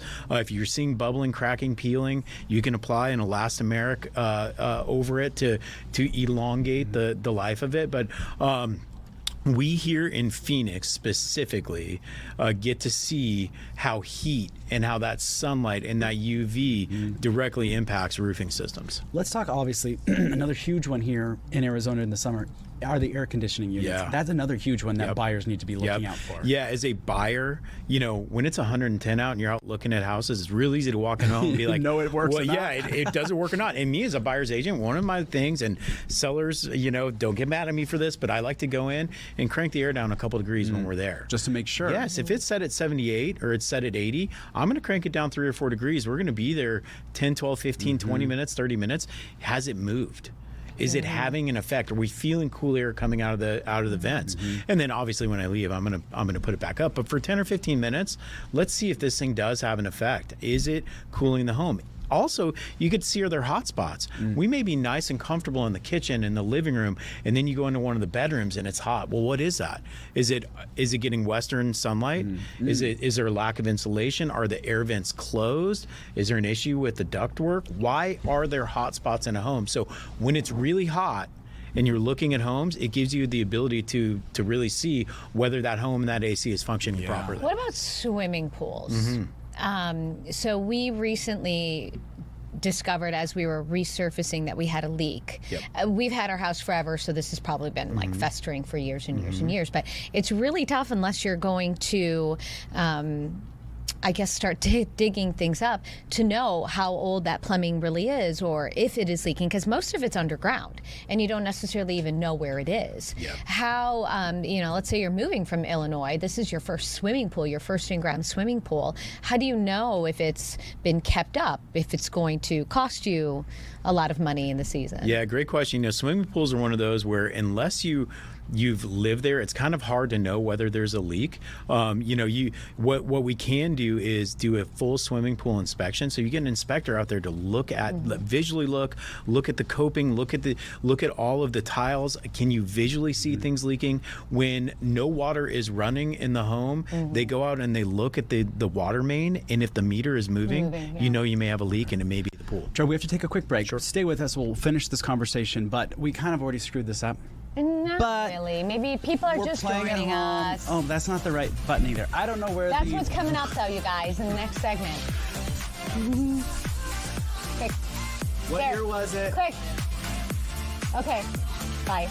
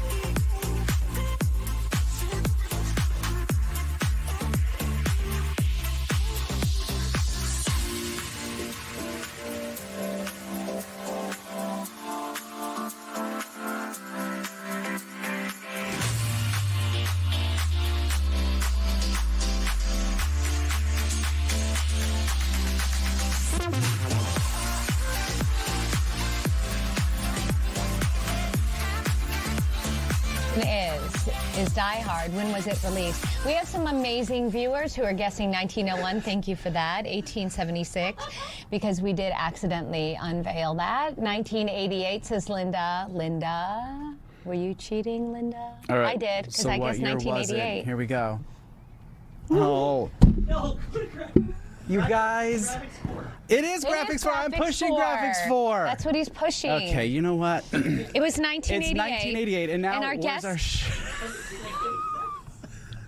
our guest says, but the real question is, you're probably never going to come back. Trevor, please come back. This is fun. Yeah. You love to watch train wrecks in live It's happening in front of me. You said the big question is Die Hard a Christmas movie? That's the debate. And Is what do it? you say? I say absolutely. It takes place during Christmas, so It's therefore... on Christmas Day. Yes, it's a Christmas movie. It is. And most people watch it on Christmas Day. Well, and the question is, when was it actually released in 1988? What month? Oh. Do you know that I have no answer? idea. Oh, Well, Google. I'm like, dang, wow. We should have you come on to talk about movies. Trevor... Oh, it was July. July. Okay. Weird so time for Christmas in July. Yes. There you go. Oh. I love that. Okay, so Trevor, let's wrap all this up because you're probably like, get me out of here. I gotta go. We're watching I gotta go. If folks want to get more information from you about what you do, if they're selling a house, buying a house, or maybe they just have some questions for you, how can they get a hold of you? Yeah, they can call me at 602-595-4200 or visit my website, halpernresidential.com. All right. Thanks. We do appreciate you coming in, and next time we're gonna have all the We're gonna be buttons way working, more professional. and we're gonna have everything so professional. You're gonna be like, You're like, is who this? are these people? What? Hello, Taya and Anita? How art thou? What are you talking about? It's going to be fully analog now. Yeah. Hey, we're just gonna let AI take over. Be kind forever. We did a, Oh, a it is segment Mercury, about yeah. Mercury and retrograde. Yeah. Here it is. This is it, live No in power person. last night, and No then power this, last night. Oh, all right. Well, Trevor. Hey, cheers. At least we have new mugs. Nothing works around here, but we got new mugs. Thank you, Trevor. Trevor, you thank can you. go now. There's no. Hold on. I'm your bad luck charm. There's no easy way to There's no easy way to Trevor, transition this one. All right, you guys, yesterday we were talking about a new Western movie, and guess what? We have another How Western are you movie. doing this with this straight face? Well, we've got to keep someone's got to keep the wheels on the bus, Anita, and I have decided that I'm going to be that person. I thought we were on a train. Well, it's a bus train. Okay, Bo Yachty. Welcome. Yep. Are you ready for this? Well, there's not much, right? The bar is kind of where it is, so I don't have to mess up. Don't worry. Just joking. I'm very happy to be here. Oh my gosh, that's great. You're a filmmaker, an author, a cowboy. Well, I met a rodeo cowboy actually in Waddell, in West, and he said, a lot of people think you need to ride a horse or rope a horse or cattle, whatever. It's in the heart.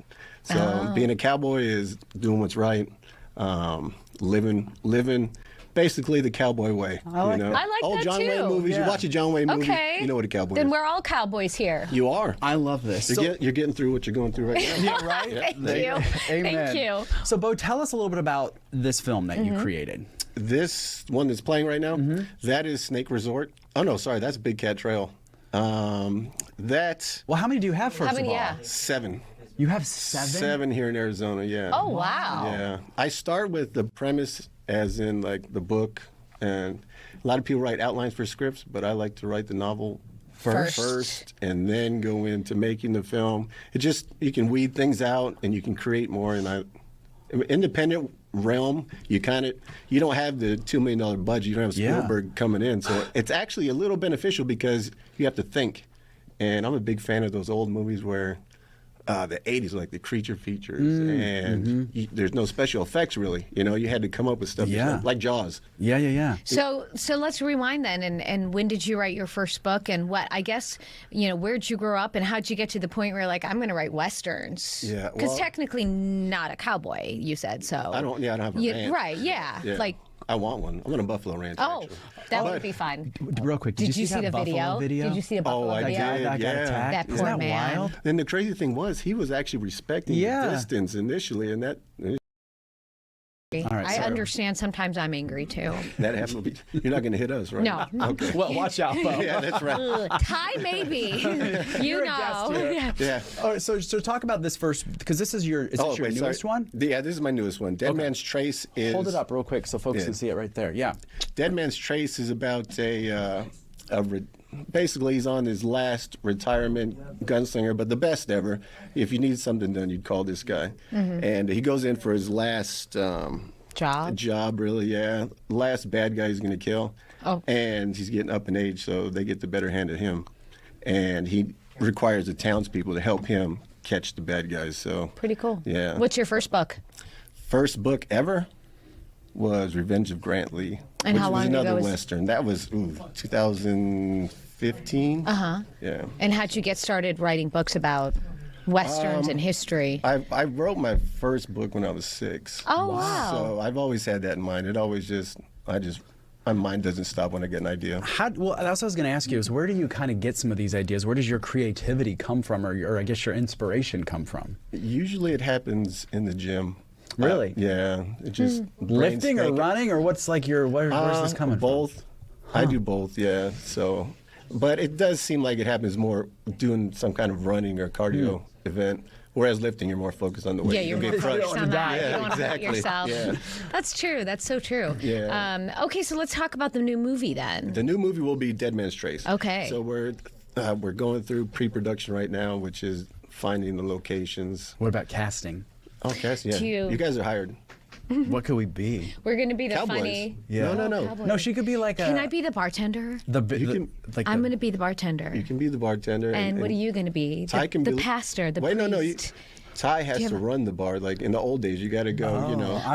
So he's the bartender and I'm the barmaid. You can be like Kitty. Remember Old West? What was it, Marshall Dillon? Kitty? Gunsmoke? I can. Kitty actually ran the bar. Yeah. She runs this place. Okay. Yeah, I can tell. Yeah. Y'all, Your shins right now. y'all can just call me Kitty. I love this. So, but the process, I mean, I don't even know where to begin with making a movie like this. Obviously, you wrote the book, then you make the screenplay, and then you start coming together to actually make this happen. Yeah. That just seems so daunting to me. If you look at it that way, it is. I start with an idea and I place a character in that situation and then branch out from there. Like when I'm writing, I don't have any idea where it's going. The characters come alive and it sort of writes itself, really. As crazy as that sounds. But once you get that done, then the actual hard work starts. You got to funding and you got to get locations and actors. Like Orson Welles said he spent most of his time begging for money. And that's Orson Welles, so. Same. Yeah. Have all the movies been shot, produced in Arizona? All of them in Arizona. Correct. Okay, so we had a filmmaker on yesterday too who did a Western. I can't remember the name of the, and I wanted to ask him as well, but we didn't have a chance. But how easy is it to make movies in Arizona? Because everyone thinks, oh, we're going to LA, we're going to California, but I feel like we have so many resources here. Yeah, there's a huge foundation. Foundation from back in Tombstone days, you know. There's a lot of movie sets basically built that were real life. Mescal down in Tucson area has a bunch of Western. But also here, it's much more filmmaker friendly, I think, than California. There's a lot of red tape and stuff if you're making shows over there. Whereas over here, and a lot of people, to give them their just due, the talent here just loves making Western films too. So they make it easy. A lot of talented people. What's the time frame? So once you finish the screenplay and now you're scouting locations, you're looking for actors, what is kind of the time frame before when you pick up a camera and actually start filming? That depends on a lot, but within a year, I'd say. You could do 6 months probably. But LA, you know, you're looking at 5 years sometimes during pre-production, so it's a lot faster here. Wow. Yeah. Do you use the same actors in all of your movies, like recurring roles, or always looking for someone new? I'm always looking for a new talent, but I always like to trust. Like, if I've worked with you before, I trust what you have. So and loyalty is big on me. That's another cowboy tribute. We're getting some comments. Jennifer 22 likes Miss Kitty. Thank you. Tuxie 123 is asking, have you ever filmed at Old Tucson? I have not, but I want to. A lot of films, old school westerns with John Wayne, were filmed at Old Tucson. So what does it take to film there? Like who do you get permission from? Who do you pay? Them, Old Tucson themselves, but they go through a lot of up and downs to keep it going. Like they try to do like a amusement park type atmosphere. So there's been a lot of different up and downs in ownership. Which is unfortunate because it's beautiful. There's also people asking if they can be an extra. So I feel like you got between our viewers and us, I feel like you got the whole movie cast already. It is, I think so, yeah. But if they do want to, just go to lonegunslingerpictures.com and comment on there or contact. Okay, that's cool. Four Corners. Have you shot anything in that area? Someone's asking. I have not. I do want to get up there.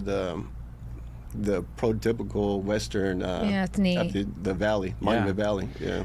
How do folks find your books? How do they find your movies that you've put out already? You can go to lonegunslingerpictures.com or boyati.com. Awesome, and thank you. A lot of my stuff is already on Amazon, Tubi TV now. Nice. The new one's out, Fossum. They're trying to compete with Tubi. We have a Roku channel too, so Lone Gunslinger Pictures Roku channel. Everything's on there. Very cool. Well, Bo, thanks for coming in. And thank you. Much Appreciate continued it. That was success fun. to you, and come back. Yeah. All right. And well, I guess we'll probably just see you on set, right? You should. Yeah, that's right. Yeah. When do we start filming? We'll be in our trailers. Yeah. Yeah. I think we have to share. No. We're going to have to It's in share. my rider. I get my own trailer. It's in the contract. We're going to have to share. Bo, Thank you so again. much. It was We so nice to appreciate meet you. it. Thank you. That's cool. Okay, look ahead, or we want to talk about some trending Let's stories? just do look ahead, because I think we're running out of time, aren't we? We have about a minute. We got a minute. We'll have a talk about minute. look ahead because look ahead's not there. Hi. You know what? How about this? We're gonna take a break. We'll be back. No, you've got a minute. We still have a minute. No, come back. You have a minute left time.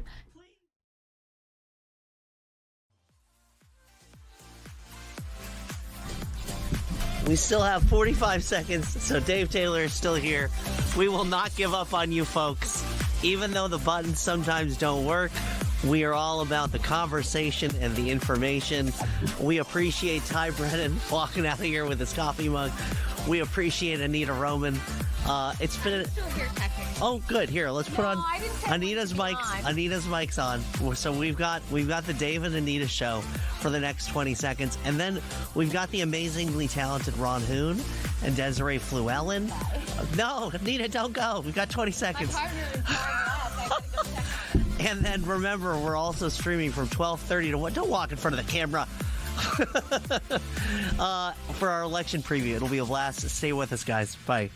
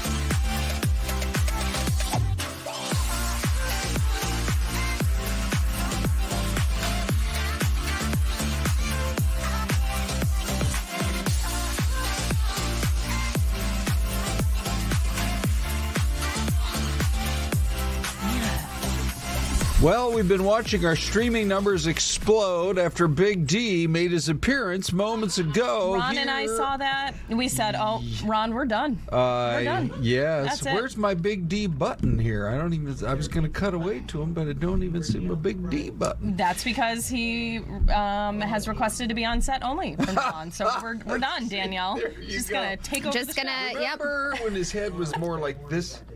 All right. Yeah. That's the man. There he is. Oh, there he is in his comfortable surroundings. So Des and I, we watched you, Dave, and you were excellent, but now we're ready for the pitch tomorrow about the new Dave's Corner segment. Man, I don't know. That's fun. Okay. Nobody can replace you guys. You're the best of the best. Everybody loves you. And yeah, please don't ever leave me. Wow. You could be a politician. Hey, by the way, Danielle's going to join us right over here. You'll see her in a moment. But did any of you guys get any actual storm at your place last night? I pretty much sleep like a rock, so I'm sure it stormed when I was sleeping. Oh, no. I'm trying to hear your mic a little bit better here. Can you hear but I can hear it? Dave go clickety-clacking away. So you did get a little I just bit? said I sleep like a rock, so, it could be. Right. Yeah. But we did, When we got home last night after Meet the Teacher, we saw the dust storm coming in. So, we got some activity. Okay. How about you? Matter of fact, I'm going to play the tape. This is going to be Brian's SOT 1. Which I see, I'm looking for SOT 1 anyway. And this would be exactly what was going on last night at my house. Do you have SOT 1 here? It's just the rain. Yeah. Go for it. Ready? Here we go. Well, the rain is coming down in sheets. Fantastic. We really needed it. Stand here underneath the patio. You can hear that thunder.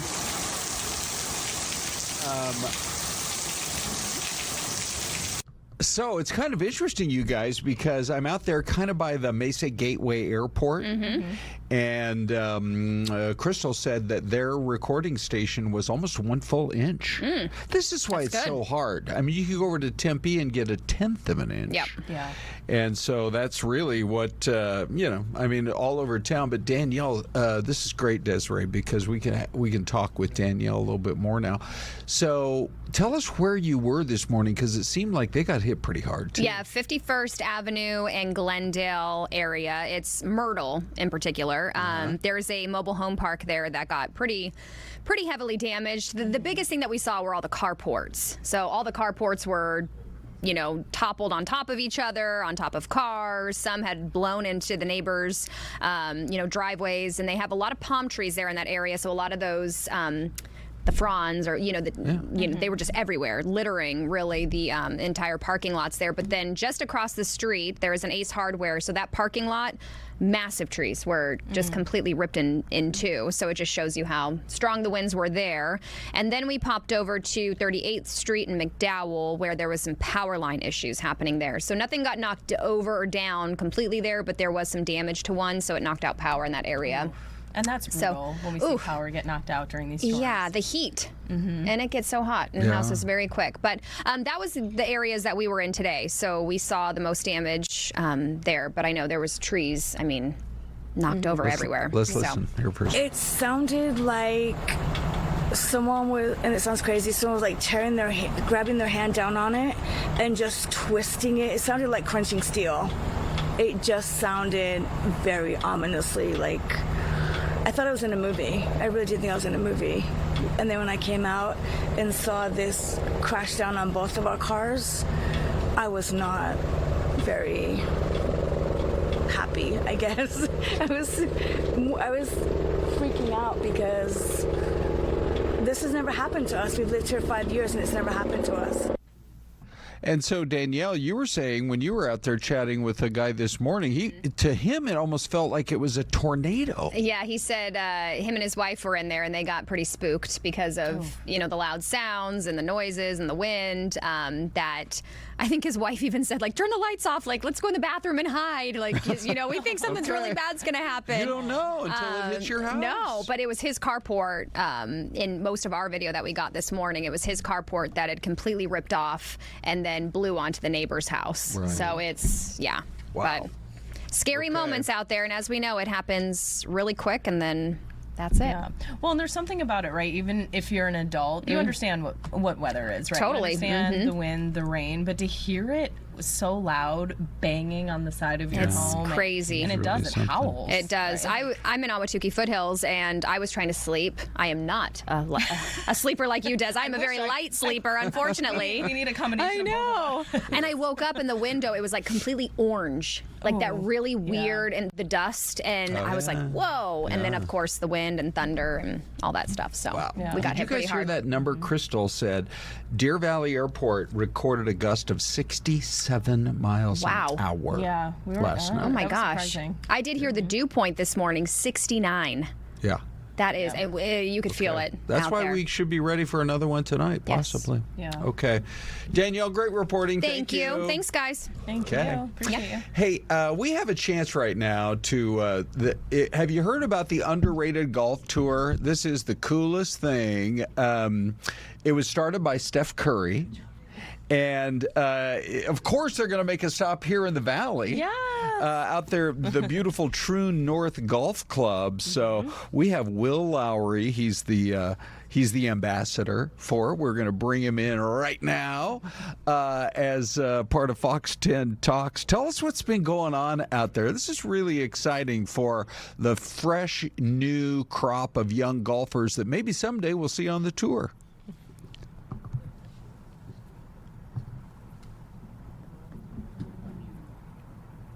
Three-star athlete, also known as underrated, hence where we got the idea of the title of the tour. We just want to make sure that we provide a platform for these young men and women who come from a different clubhouse so they can perform and be seen by college coaches, friends and family, and just let everybody know that these guys who come from a different area in golf, that they can golf and they can perform and play well. Oh, that's amazing. And this is really a purpose-driven junior tour. How is it making the game of golf more accessible for this particular group of young athletes?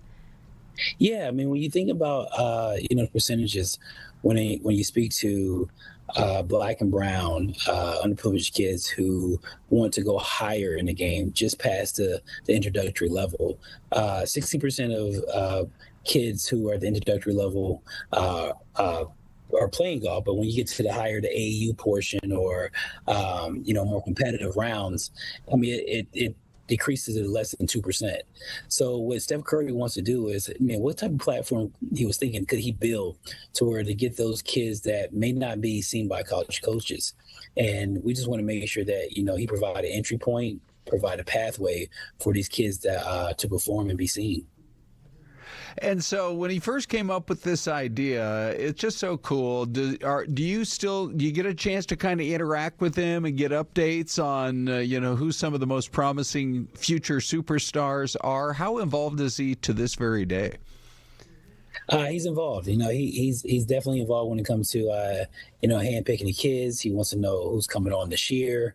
What were the scores today? I just got a text from him just now asking me how do I think a particular kid's going to do this week. So he's almost too much in, if you ask me. Will, would you like to tell us how it is? It's amazing, though, to know that. That's so great. To know that he's actually invested, though, right? I mean, we know he is busy. He is a superstar athlete, has a family, so it's incredible that he does take the time to do this. And at the end of the day, what are they competing for? Yeah, so obviously, with the platform is a feat in itself, but they're competing for the Ultimate Curry Cup. So how it works is we have 4 regular season events that happens throughout the summer. We were just in Gainesville last week. Obviously, we're here in Scottsdale. We are going to New Jersey as well as Hillcrest in LA.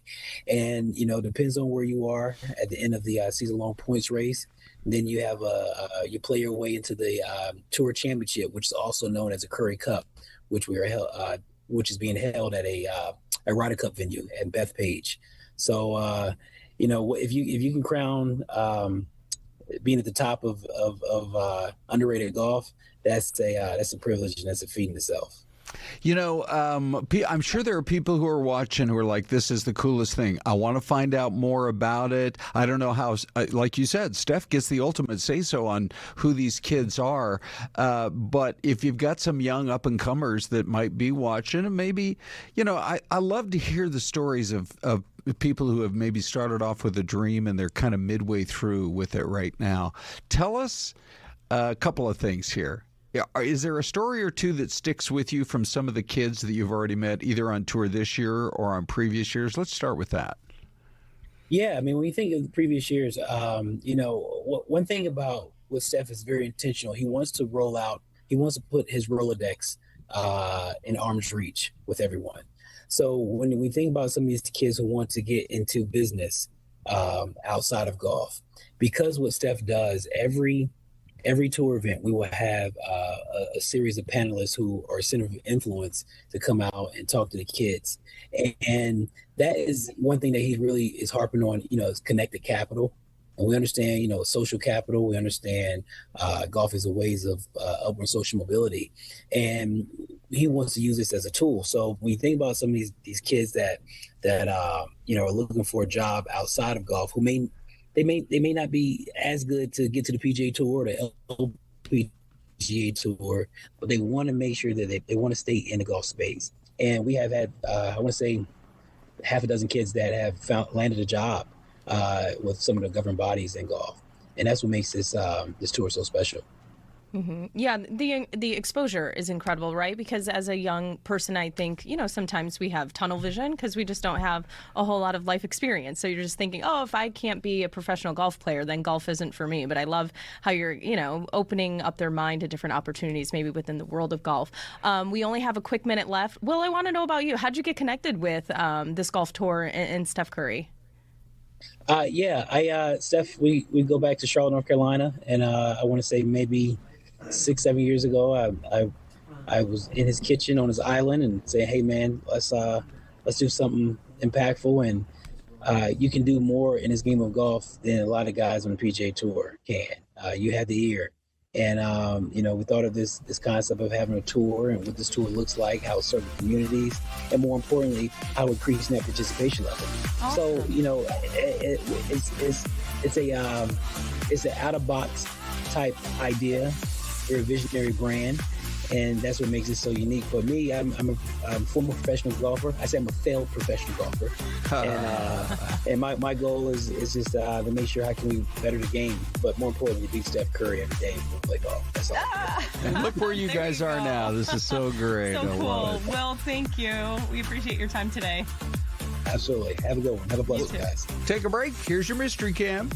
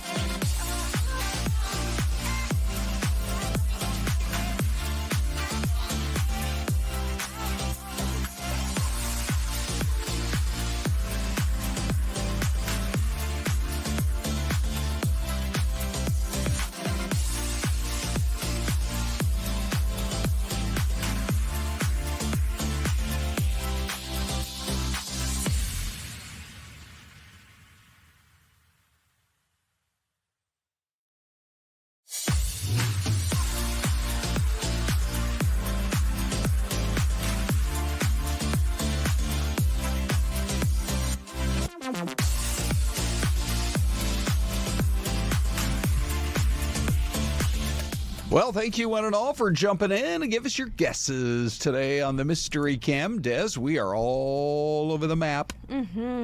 So we've got guesses coming in from all over. We've got North Carolina from Thomas Brown. Darla says Texas or Illinois. Kansas, guess Kansas from Little Philosophy. Louis Gonzalez says Arkansas. And we've got an Indiana and then a Wichita as well. So we were in I think it was Davenport or Bettendorf, one of the Quad Cities last hour, and it was kind of freaking me out, Des, because we had a downtown picture, and yet there was nobody around town. I mean, it was like one of their main streets downtown, and we didn't see a single pedestrian. We didn't see a single car moving around. I'm like, this is strange. Was the camera frozen? No, off in the distance we saw some action. Anyway, it's nice to see human beings in this one. Yeah. What do you think? Boy. Oh, Little Philosophy is like, wait a second, is that a Whataburger? I like a good Whataburger. Have you driven through a Whataburger lately? Oh yeah, I like a Whataburger. Yeah. I went my there first on meal after having D3 Whataburger. Is that right? Yeah, real fancy. Nice. Oh, that sounds good. After I ran my first half marathon, 13.1 miles, I went straight to In-N-Out Burger. Come on now. I don't blame you. You deserve it after that. Our burger. Be Kind Forever says Oregon. Kay. Oh gosh, you know what? I'm gonna go with Arkansas. Okay. Yeah, and Outlaw is guessing Arkansas as well. I like Little Philosophy saying Wichita, Kansas, so I could see. Well, now, the thing about it is, I feel like that's more farmland, and this is a little more kind of rolling hills type thing. Is it? Am I going to stick with? You said Arkansas? I did. I do like that guess. Yes. I'll stick with Low Philosophy. It's you and me in Kansas. All right. Here you go, everybody. Final answers. They are locked in, and I will tell you that nobody got it right today. Really? It's Elizabethtown, Kentucky. Is that right? Okay. Yeah. I like how that cracks you up, Des. I know. Why do I take pleasure in when you guess it wrong? Probably because you know 9 out of 10 of them. The revenge factor. Right. Okay, so Elizabethtown. Have you been to Elizabethtown? Probably close, because I did go driving through Kentucky one time. It was great. We went to Frankfort, which is the state capital. We're driving away, and Renee says, well, what about the Kentucky Derby? I'm like, you want to go over there and check it out, Churchill Downs? It's pretty cool. You get to walk right down to the track. Oh, it's a great tour. But anyway, yeah, Kentucky, it is a beautiful state. I bet we got a few folks watching on our streaming show today from Kentucky. Oh, I hope so. All right. So we continue on now. Hang on, I'm trying to wait a second here. Okay, I'm just looking for the 2-shot. Oh, there we go. There it is. Hello, everybody. So Des, which one is it? This one over here? Well, yeah, we're over here today. Dr. Mike, I just thought his timing is perfect. If you don't know, he joins us every morning or every Tuesday morning in our 7 o'clock hour. Yep. We bring him in from Philadelphia, where he's been a well-known, highly respected doctor in that Philly area for a long time.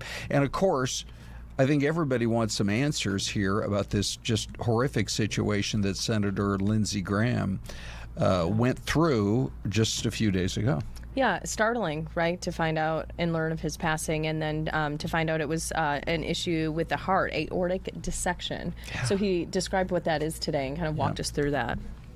The sudden passing of South Carolina Senator Lindsey Graham over the weekend has sent shockwaves through Washington. Now, preliminary medical reports reveal that the 71-year-old died of aortic dissection, which is a sudden tear in the body's main artery. So joining us this morning live to break down what this condition is and really how to spot the warning signs, Fox Medical Team's Dr. Mike joins us this morning with details on this. It was heartbreaking, and you heard a lot of people sharing their thoughts over the weekend, and it just happened so suddenly. Good morning, Dr. Mike. Well, Ty, Celeste, it's not a very common thing, but when it does happen, it's like lightning, and the mortality is quite high. If you have a dissection of the aorta, and I want to talk about, I'm going to show Bob off over here. If it happens out of a hospital, you have about a 50% chance of surviving. Even if you get to a hospital, only half of those are going to survive. So it's a very serious, life-threatening condition. Now, let's talk about what the aorta is. Here's your heart. The aorta is that big tube that comes around, feeds blood up into the brain, down to the body. And if you were to take a cross-section, all right, it looks just like this. It's a tube, and you have these layers, almost like a tree, you know, the rings of a tree. And on the inside, you have what's called the intimal layer. And what we think happens with an aortic dissection is that there is damage to that lining that leads to a tear, and then blood either ruptures that whole aorta or goes into a space that's not meant for blood. It's the middle of that wall. Now, what causes a tear? Could be that, could be plaque. Now, we do know that his father had a heart attack at a fairly young age. I don't know what his blood pressure was. I don't know whether his cholesterol was. But this is something that happens over time, which is why we all need to check your blood pressure and your cholesterol very carefully so that you don't get all that damage. Dr. Mike, there was reports that came out that said that he had told somebody that he felt off. So are there warning signs before this happens? I'm a believer, Ty, that you listen to your body. And, I mean, look, he had just gotten back from Ukraine. Yeah. Maybe he just felt tired. Who knows? But this is the kind of thing, if it's a rupture, a tear, it's not subtle. It's not like, boy, I feel a little something, maybe I should take an aspirin. No, it's catastrophic. So I don't know that the symptoms he was describing are what led to this. However, look, if you're out there and you have chest pain, shortness of breath, you don't feel well, go and get it checked out. So what are the tests necessary if you know, is there any way to check that you could be potentially in danger of having this situation happen? Well, certainly there's another condition known as aortic aneurysms. That's where the aorta enlarges. That's something that can burst and rupture as well. Now, I do a lot of testing on people, even when they don't have symptoms, looking at their coronary arteries. It's called a cardiac calcium CAT scan. And that gets a look at your aorta to see whether the aorta is kind of enlarged or whether it's what we call ectatic. A lot of plaque in there. If there is, you need to be on it. Make sure you get that cholesterol down. Make sure your blood pressure is under control. All right. So, you know, I have a couple of thoughts on this. Number one is from the White House today, President Trump, who would be in the know in terms of things that maybe we don't all know yet about the situation. He said the FBI is wasting their time trying to dig deeper into some sort of a nefarious investigation, or, you know, is there anything, was there somebody who maybe wanted Lindsey Graham dead? He said they're wasting their time on that. Number two, I would like to, and at some point, I'm sure we're going to have more doctors on, I would like to find out, Des, if there was something that if he already had damage, was there something that might have happened? He was on an extremely long flight coming home. The president did say he talked to him moments before it all happened. He did sound very tired. Were there a series of events that might have happened in that last, say, 12 to 24 hours that could have led to, if you already had a damaged aorta, that led to this ultimate outcome? I would really like to know about that. Yeah, you wonder. And as far as we know right now, do we know if he had any previous health or heart issues? None that that jump out.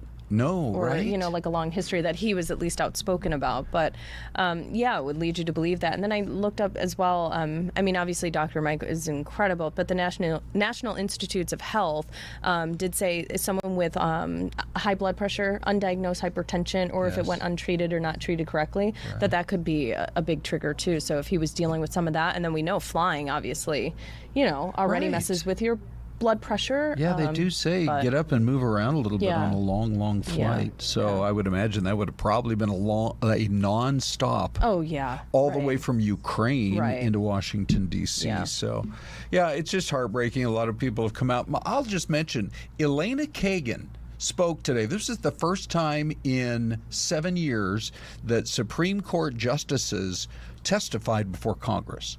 They want more funding for security because of all the threats they're dealing with, which is so ridiculous.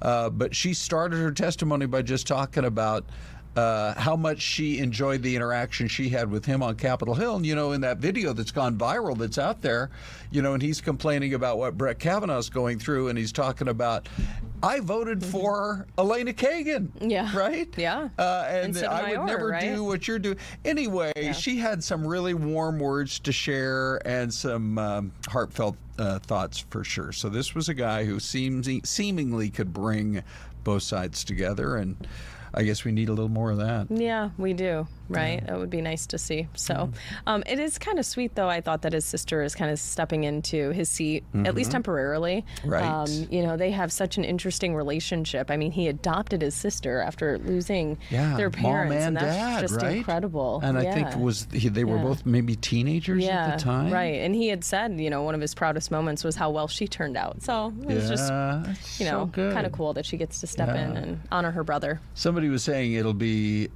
extremely emotional for her when she's down onto the floor of the Senate, which I think might be later today or tomorrow, as she takes, you know, her brother's desk, which currently has those beautiful white flowers that somebody put on his desk. Anyway. Okay, there goes the fastest half hour on TV. That's it, you guys. We sit down, the next thing you know, a half hour is coming. Hope you had a great half hour. Thanks for joining us today. All right. Well, there we go. There's your mystery cam, now that we know where it is. See you tomorrow, everybody. Oh, don't forget, we're still live at 12:30. It's a primary preview. Fox 10 Talks going all the way to, well, 1:30.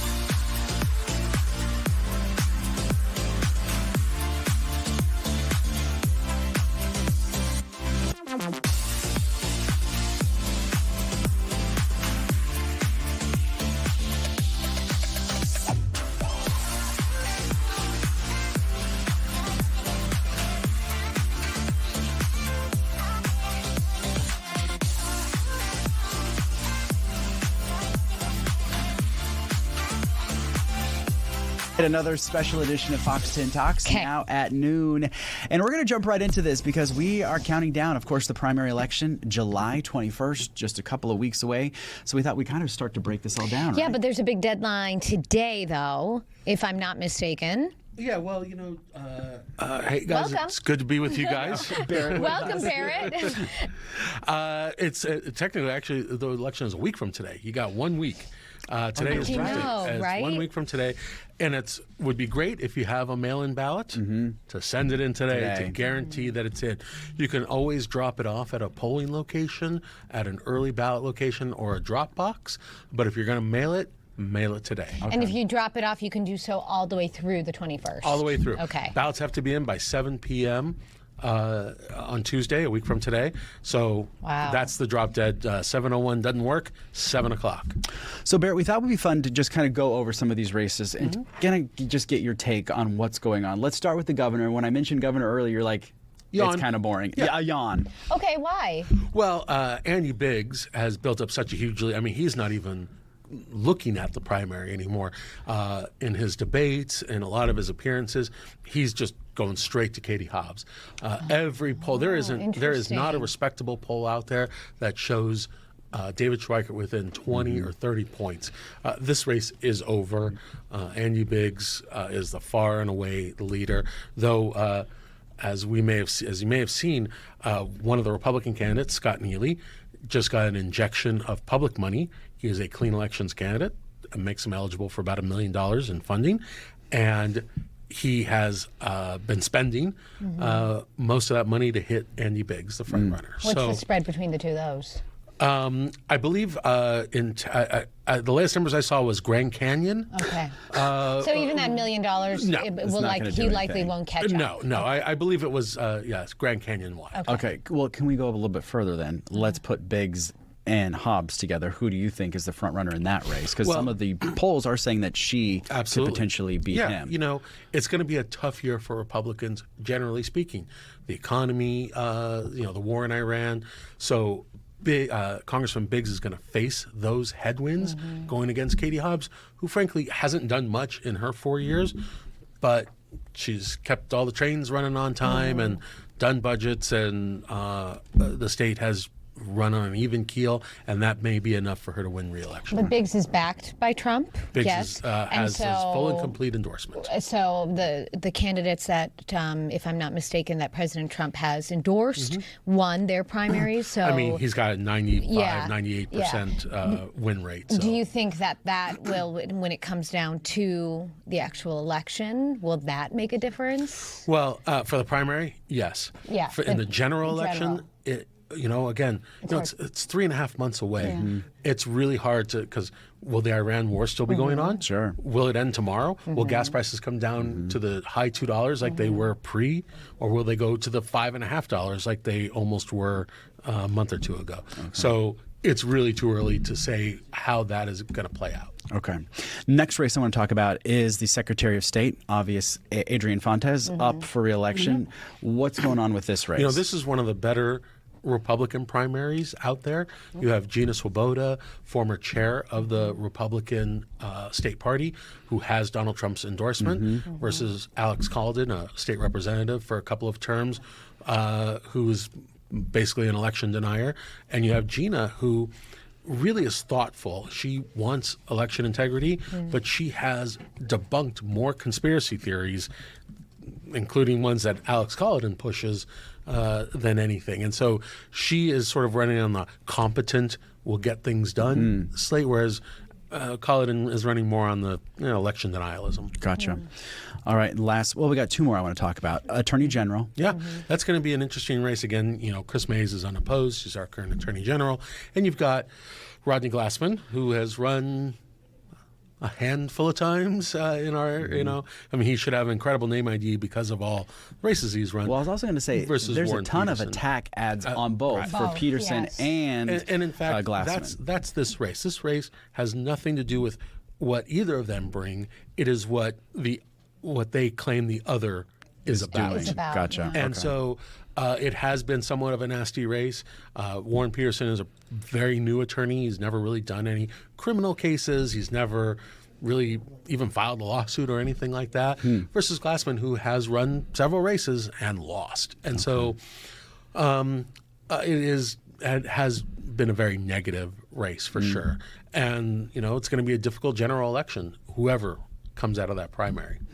Chris May's, holding press conferences almost weekly. So that will be interesting when we get to the general election. Yep. Yeah, it will be. She has sued the Trump administration 40 plus times. She's taking on the Warner Brothers Paramount merger. I'm not really sure that helps Arizona at all. So I think she's going to get hit on, maybe she should be focused on crime here in Arizona. Interesting. All right, let's talk about CD1, a very crowded race here. Absolutely. On both sides. There's three candidates on the Republican side. You got a handful of candidates on the Democratic side. The national Democrats have attempted to put their finger on the scale for Marlene Woods, former broadcaster here in Phoenix. But she's going against a pretty popular guy who beat her 2 years ago in Amish Shah, former state legislator. Guy has an incredible ground game. Guy enjoys knocking on doors and talking to voters. And, that personal touch does mean something. So she has a really big hill to climb, but she's got national help. So that'll be interesting. On the Republican side, Jay Feely should kind of run away with it, though doesn't live in the district, and he had switched races. He was going to run against Sheriff Lamb down in the East Valley, which is where he lives. Now he's running in the Paradise Valley, Scottsdale area. But he has Donald Trump's endorsement, and that's the golden ticket. And in fact, just yesterday, the day before, Donald Trump did an Oval Office video for Jay Feely. Doesn't get much better of an endorsement than that. Can I ask you real quick, for a congressional district, this is the other one that we are seeing a ton of attack ads on both sides. Is that weird to see that much money in a congressional district being spent? At the primary election, too. You got to understand, though, this is one of the most competitive districts in the entire country.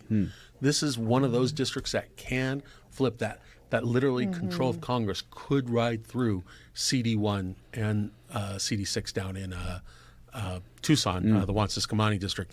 So it's incredibly important that Republicans get this right, and incredibly important that Democrats get it right and nominate the right people who can bring a message to win the independents, the moderates on either side. If people are still uncertain, maybe they need a little bit more information. I know the county website's great. They provide a lot. Clean Elections provides a lot. We've had them on. But any other sources that you would point people to where they can really do good research and read about the candidates? Yeah, we don't have a lot of that kind of stuff anymore, but I would say watching programs like this, but also, some other programs on some other stations that do public affairs.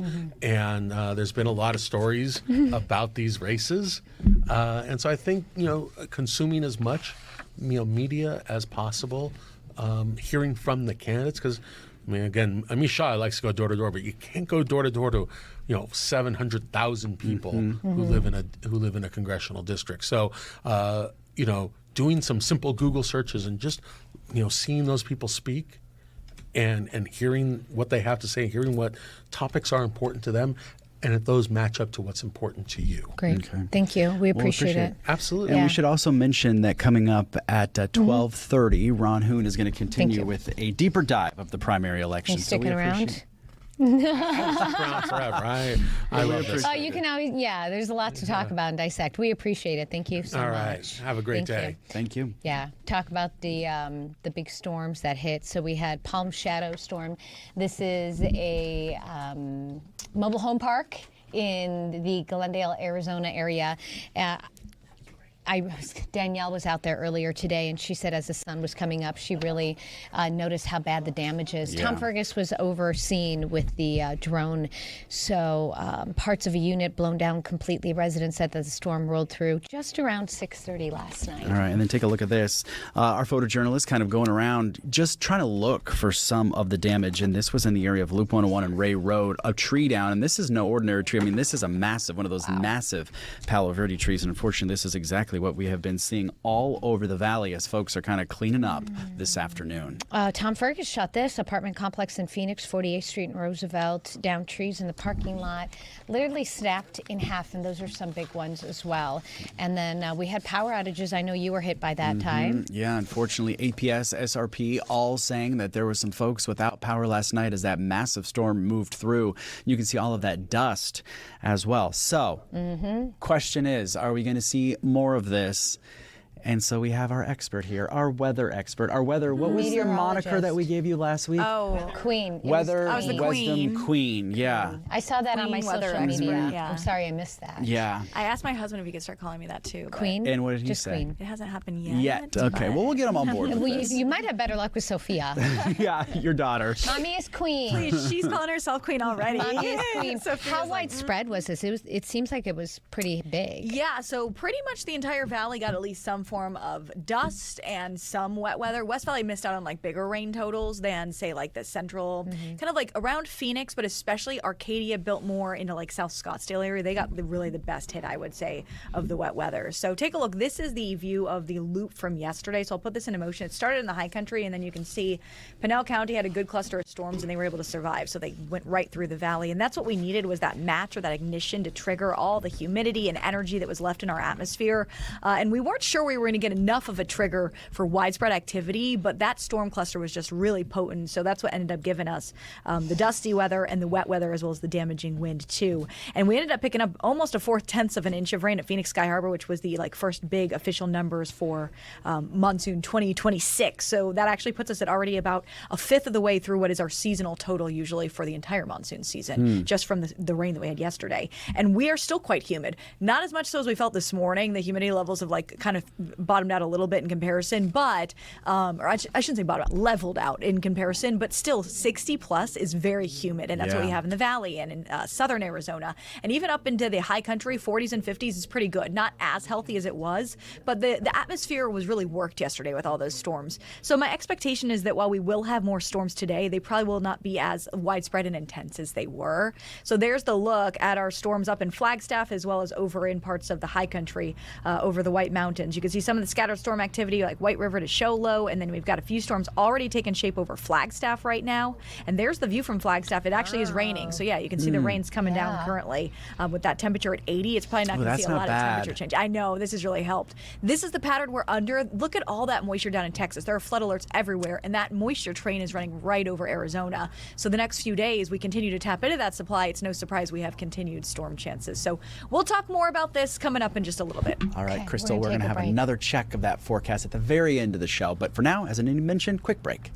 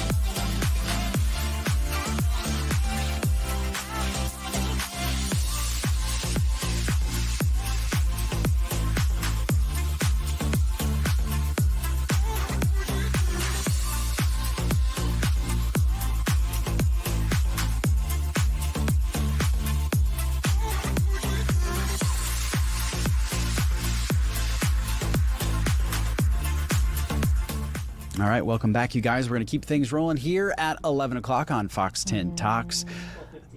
What'd I say? 12:15. You said 11 o'clock. It's Tuesday, you guys. Do you know how we feel about Tuesdays? They're not terrific. Let's start over. We're going to be joined. James Torrez, KTVU in San Francisco, our trusty FIFA expert. Good morning. Good afternoon. Oh, my Wait, you did all right there, Ty. We're doing all right here. But do you know how we greet James, right? How? Ready, James? Go! 3, 2, 1. I was hoping you'd remember. I was hoping you'd remember. I remember. How could I forget? Yeah, how could you forget? How could he forget? Now he's deaf. My ears are going to be ringing for days. Poor Ty. James, this has been, I mean, listen, I'm going to say this right off the bat. I'm not a sports person, but you cannot help be kind of sucked in to this FIFA fever. It has been so much fun. I'm almost kind of sad that this is going to be over here. I'm glad to hear that. That's music to my ears, because I've heard a number of people who are trying everything they can to try to avoid this World Cup, but you can't. I mean, whether you don't like the sport or not, there's so much more to it. That's what makes the World Cup so beautiful. There's all this culture to it. There are all these storylines. There are all these ridiculous little nuances that are awesome. And then you have the actual sport to it, too. Right now, France and Spain are taking each other on in the first semifinal of this tournament. They are two giant European powerhouses, the two favorites, really, to win this tournament here. One of them is going home after today. And this is going to be an incredible showdown of France's superior offense to Spain's superior defense. So you really will get a clash of some of the best of what each that they can do.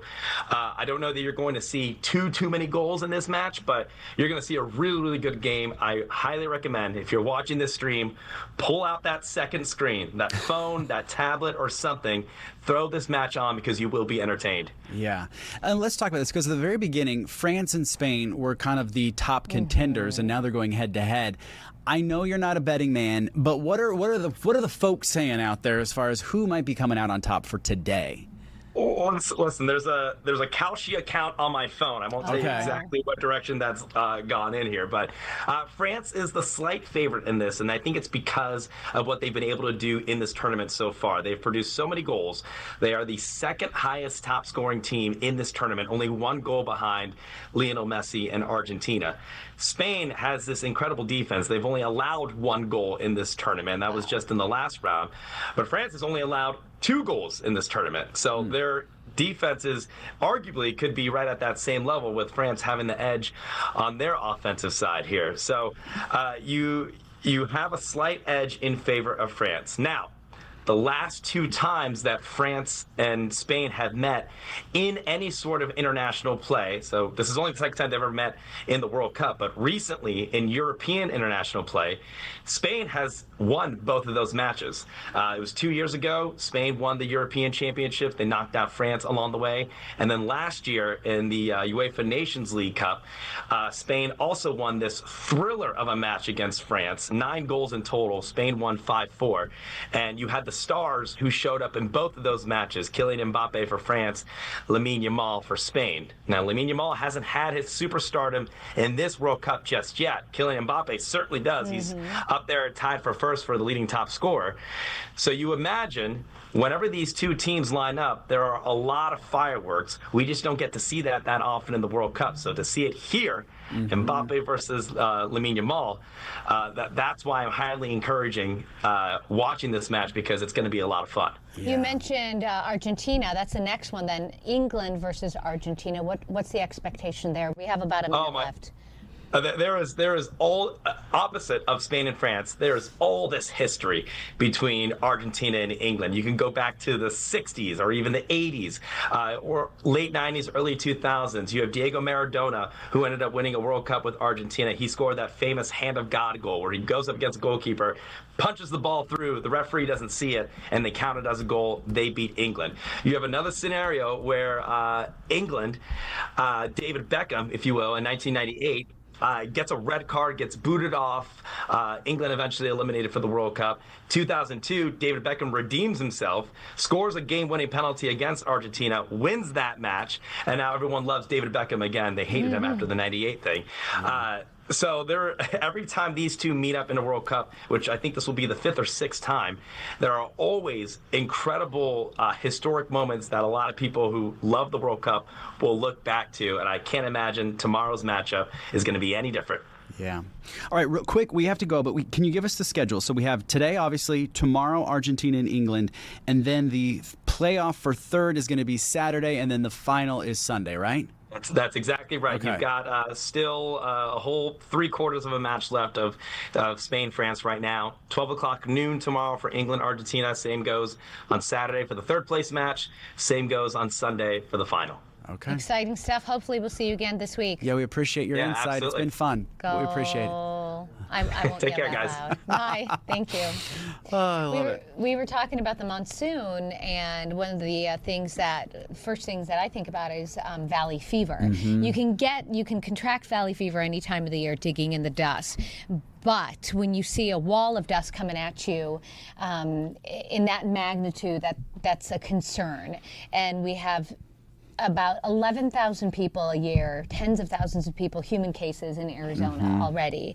And the thing people don't necessarily think about are their pets, their dogs. Yeah. They can contract it too. About 6 to 10% of dogs in the valley contract valley fever. Well, and you have to think about it. I mean, they're sniffing the ground Right. all the time, so Yeah. they're basically snorting up those potential spores from the dust. So we are going to talk to Kimberly Root with the Arizona Animal Welfare League. She is joining us via Zoom this afternoon. Kimberly, how are you? Hi. Hi. Good. How are you? We're doing good. Anita was just kind of talking about it and some kind of alarming stats when it comes to valley fever in our pets. And this is the time of the year where dog owners really need to be kind of cognizant, don't they? Yep. With monsoons comes valley fever, and that's because when it rains, that fungus grows within the soil. Those tiny spores become airborne through wind, construction, or digging, and if inhaled, that's how you can develop valley fever. Yeah, the dogs almost always have their nose to the ground sniffing something. That's just what they do.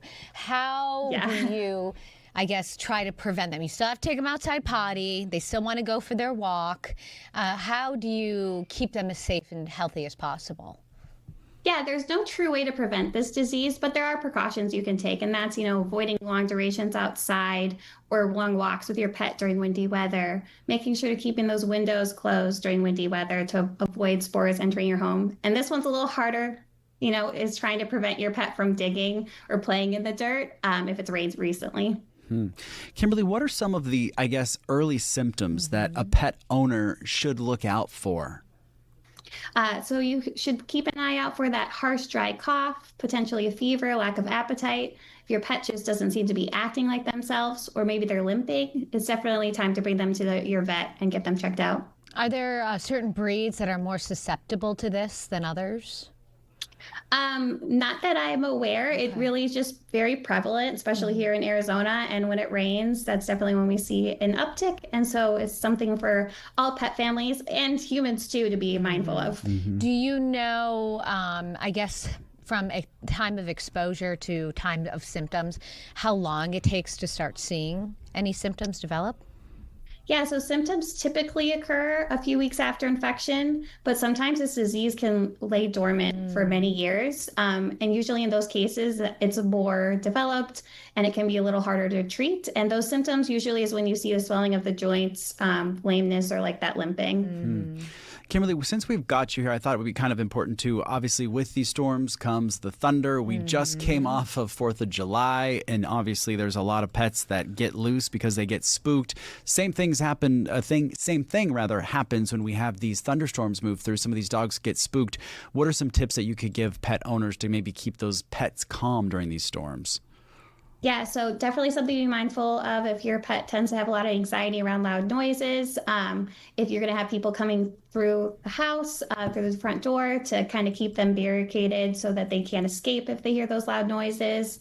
Having them on leash outside, making sure always too that you have their microchip information up to date, that they are microchipped, and that their ID tag is up to date too. So if they were to get out, that you can get reunited with them when they're found. Okay, people have questions, need more info. How did they get a hold of you? Yeah, so you can learn more about AAWL at AAWL.org. You can see all our adoptable pets, how to get involved there. Thank you. Kimberly, we appreciate it. Thank you. Yeah, it's Yeah, tough. thank you. I know someone who had a boxer that got valley fever. Really? Yeah, and it affected the hind hip quarter. And once he got on medication, he did okay, but he was on that medication for the rest of his life. Oh, yeah. It's He kind of wasn't getting scary, off isn't it? that. All right, let's go back to Crystal because she's got so much to break down because it has been so active and it's going to continue to be very active over the next couple of days. So we thought we'd bring you back for just kind of another kind of break this all down for us, Crystal. Yeah, so we had just started to talk about the future cast, so we'll just pick up right where we left off, 10-15 minutes ago, because while we had some good storms, we still have more on the horizon. This is not one of those monsoon situations where it's 1-2 days and then we're done. This is the whole 10 day has chances of storms in it. And I looked at the long range modeling, guys, and it looks like all the way through July we will have chances of wet weather. Really? On and off at least. Okay, yeah. so silly question if you don't mind me interrupting, because we talk about what the hope is, right, for the monsoon season. Yeah. Is this what you would already call a very active season? So far, yeah, really... this is definitely starting to pick up. I mean, obviously June was slow, that's typical, and then July is usually the month that it can go one way or the other. Either it's super hot and dry, or we start seeing the monsoon kick in, and we're kicking. It, yeah. So yeah, that's good to We're see. kicking. We're kicking. We should get a T-shirt that says "We're kicking." Monsoon's kicking. Take a look. This is the future cast for the rest of today. Now, we talked about this a little bit, but one of the key ingredients to good monsoon storms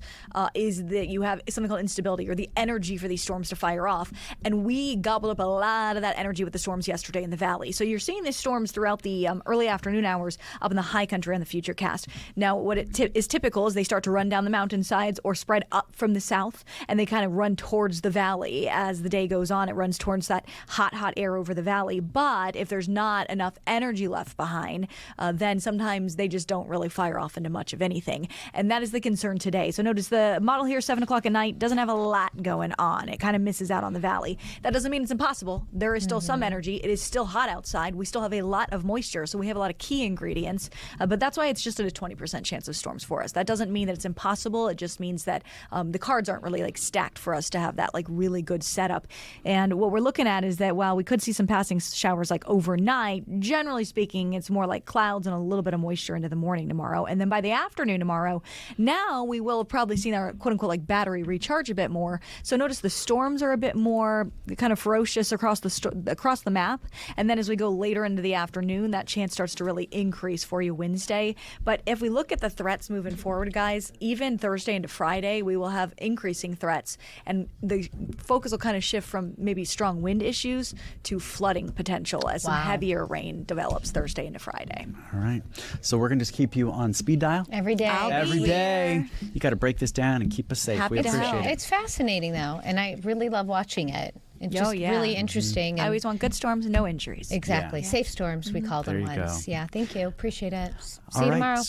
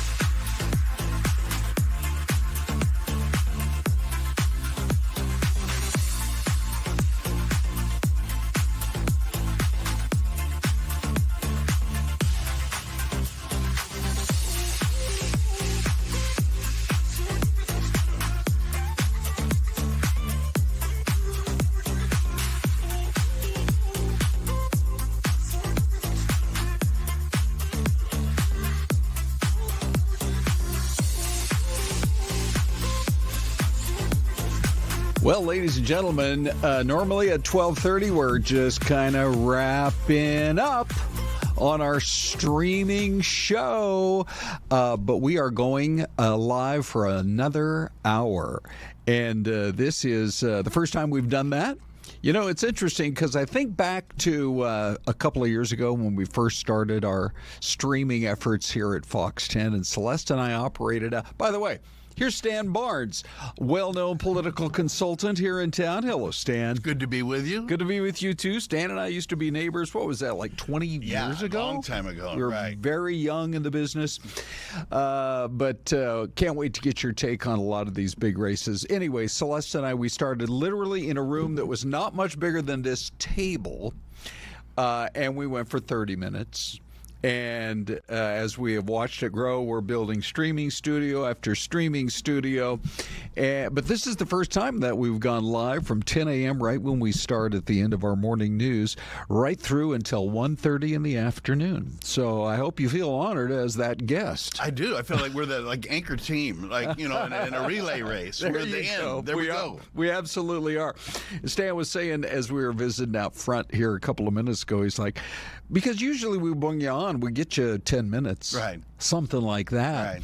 We're going to go a whole hour, and there's plenty to talk about. To your way of looking at it, we do not have a presidential race. We do not have a big U.S. Senate race.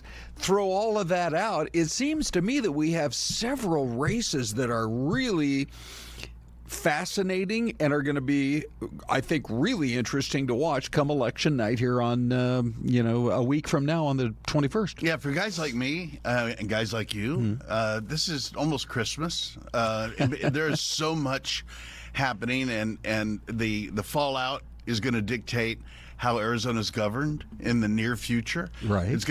There will be political careers made. There will be careers lost. It's like its own human drama, but it affects us all in the way laws are made and the way the rules get played out. So I'm watching intently. It's only a week from today, the primary. I know. And right now, as people are watching this, there are live hot ballots on kitchen tables from Page to Patagonia. I mean, the whole state length.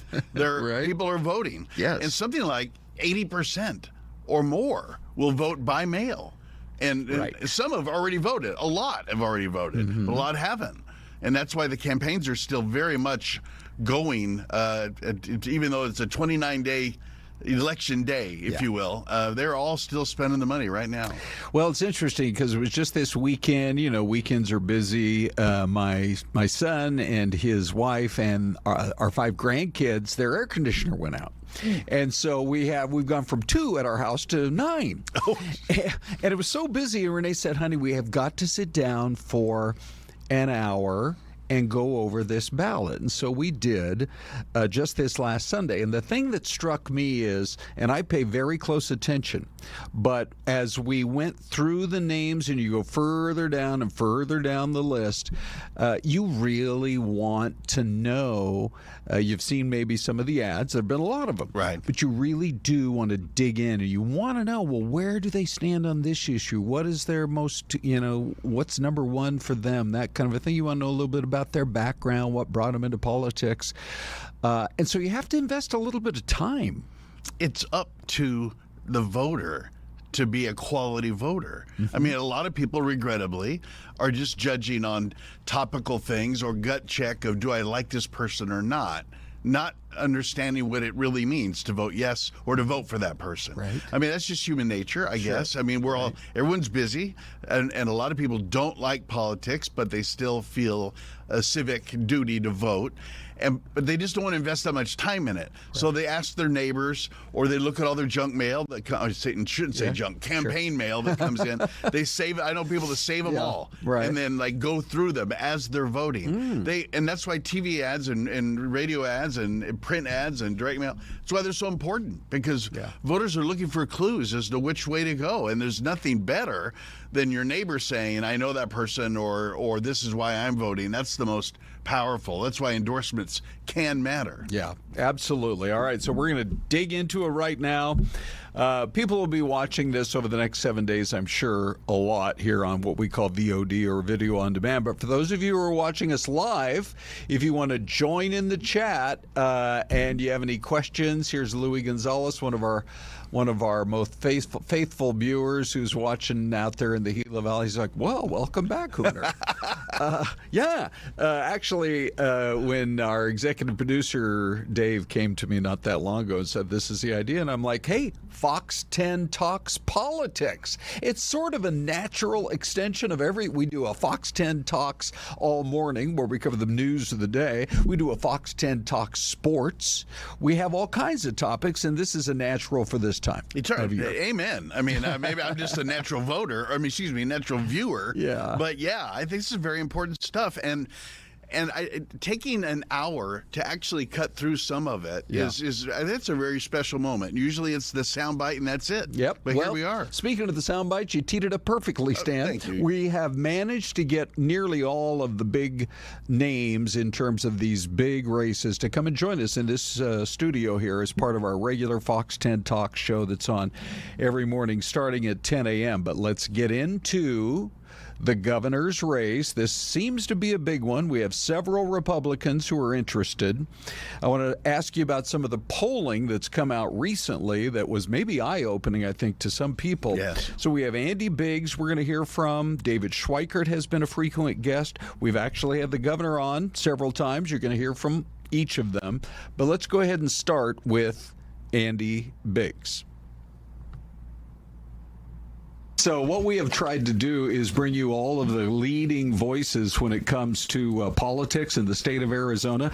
We have had Governor Katie Hobbs on. We've had Congressman David Schweikert. Today we bring Congressman Andy Biggs to the big microphone. Thanks for joining us. Yeah, good to see you. Yeah, good to see you. Thanks for having me. Absolutely. Yeah, it's great. Okay. Well, let's talk about it. Why do you think you would be the best candidate amongst both? Obviously, you got to get through a primary first, but amongst both Republicans, Democrats, and other parties and an independent? Yeah, I think that I have this experience. So I served in the state legislature, so I know how the legislature works. I was the Senate president and worked with two different governors, so I got to do that lead there. And also, I wrote appropriations or the budget bills for the state for a few years. So I know where the lines are. I know where we need to be looking. When people talk about fraud, waste, and abuse, that gives me that insight. Then I've been a leader in Congress and I mean, have cell phone numbers of cabinet secretaries and whatnot. Could you call the president right now if we asked you to? I could, but I wouldn't. What's the emoji you use most with him? That's a good one, right? I mean, everybody uses emojis these days. You've never been asked that question before. That is a first. That is a first. Welcome to Interviews with Celeste. Thank you. So what have you learned when you look at the national landscape, leading on a national level, that would help? That was it? Okay. All right. So what we'll do now is go to David Schweikert, well-known congressman. I think his main argument, Stan, has been that he has managed to run and win consistently in a district that is, frankly, one of the closest in the country when it comes to Republicans, Democrats, and independents. Yeah, and it's a worthy argument because Republicans are hungry to win the governorship. They haven't had it in 4 years. And putting up a person that you like but that cannot win could cause you some consternation. I had an old friend of mine, now deceased, used to say, I want to vote for the most conservative candidate that can actually win the general election. And that's what David Schweikert is trying to tap into. Okay, all right, let's listen. This was part of his appearance with us not too long ago, David Schweikert. Congressman David Schweikert, who's joining us today. We welcome you to our podcast, our streaming I'm happy to show. be here. Do you think I should get an easier last name? Schweikert. Say it 10 times. Schweikert. It's like the running joke when I first ran, and the poor printer looked at me and said, "I can't fit your name on the sign." Oh, no. Yeah, that's great. Okay, so you've decided to make, we want to talk about all the big issues in D.C. as well, but you've decided to make, I guess you could say, a career change. Why? It's actually probably three very simple things. You're not allowed to strangle the people you work with. And look, Congress is just infuriating. God didn't give me a lot of talents, but one is I'm pretty good at math, and I'm probably an expert on the budget. And you're trying to make things happen. And you get promise after promise after promise after promise. And then they hide from you when it's time to do hard things. And have you ever grown to hit a moment where you start to realize, I don't think I can save Congress, but I can save Arizona. And then there's other personal things. I have a 3-year-old and 10-year-old, and a wife is exactly my age. I love my state. I love my home. I like my kids. That's love my all wife. the time? All the time. Oh, I had no idea they were so loud, though. There you go. Yeah, I right? had no idea. Grandfather of 8. They keep you well, young. you had and exhausted, and my ears are still echoing from this morning because they decided to have a sing-off. Trust me, Kid Pop could be the messenger of the devil. I swear. So look. In some ways, I'm surprised I survived this long in Congress. But what happens in Washington, in some ways, it's not a meritocracy. It's often how long you serve, you battle your way up. So now I have a couple chairmanships. I chair the Joint Economic Committee. I chair Oversight and Ways and Means. And I can stop things. I can stop bad things. But I think I can do much more good for my brothers and sisters being here in Arizona. Okay, so there you go. We did hear then from both of the two leading Republicans. Were you surprised, Stan, to see, by the way, we got a minute here, and we'll be hearing from our current governor, of course, Katie Hobbs, in right after the break. Were you surprised to see the latest polling? We had Mike Noble on just the other day from Noble Predictive Insights. He says that vote, which was closer, it was still a big lead, but that it has dramatically shifted toward Biggs. I believe the number was 60% of intended voters to 10% for Schweikert. What's going on there? Yeah, I think it's a great disappointment for David Schweikert, who's not only a great candidate with good name ID, but Biggs has the golden ticket. What is that? That's Trump's endorsement in a Republican primary in Arizona is the golden ticket. That means the Republican actives that are engaged in the Republican Party, that are loyal and turn out in the primary vote. Hold that thought. Going to take a break? I'm right. We're in the middle of it. Continue after this. That was funny. Yeah, I almost.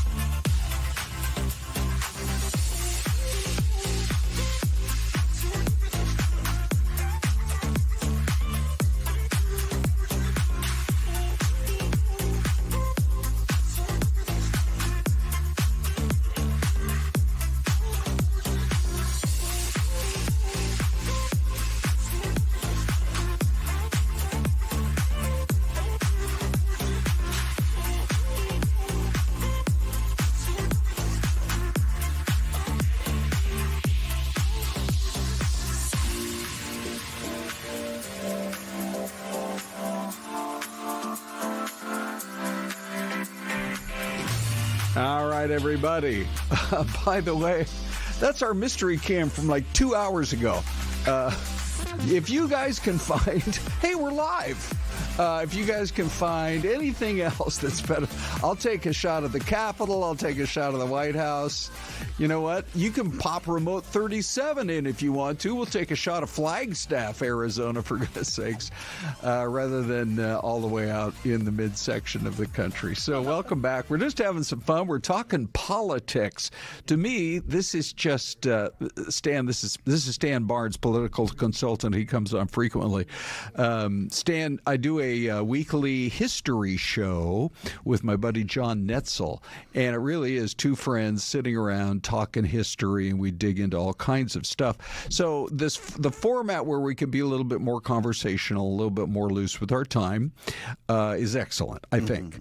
Although it does mean occasionally I have to cut you off for commercials. So like a moment ago. Where were you in your thought process? You were giving us a snapshot of where the race stands right now and why it's moving the way it is. Thank you. I've watched your other program, by the way. It's really good, the history program. Great American Story. Yeah, that's great stuff. I love it. So I was saying, disappointment to Schweikert, right? Because he and Biggs on paper are the same person. But Biggs has the golden ticket. That's what I was saying. Now I remember where I was. And if you want to win a Republican primary in Arizona, having Trump's endorsement is the best thing possible. Andy has it. Andy Biggs has it. He's raised more money. And he has a lot of the Republican activists who turn out in primary elections. So it tilts to the ideologically committed Republican. And that person is for Andy Biggs, and that's why I think the polling numbers are a surprise to everybody that Andy's so far out in front. Now, he also has the full-throated endorsement of maybe the most well-known conservative activist group in America, and that, of course, is TPUSA. We have that organization, which is based here in the Valley, knows our politicians very well, has been strong out in their support of Andy Biggs. So let me just ask you about that.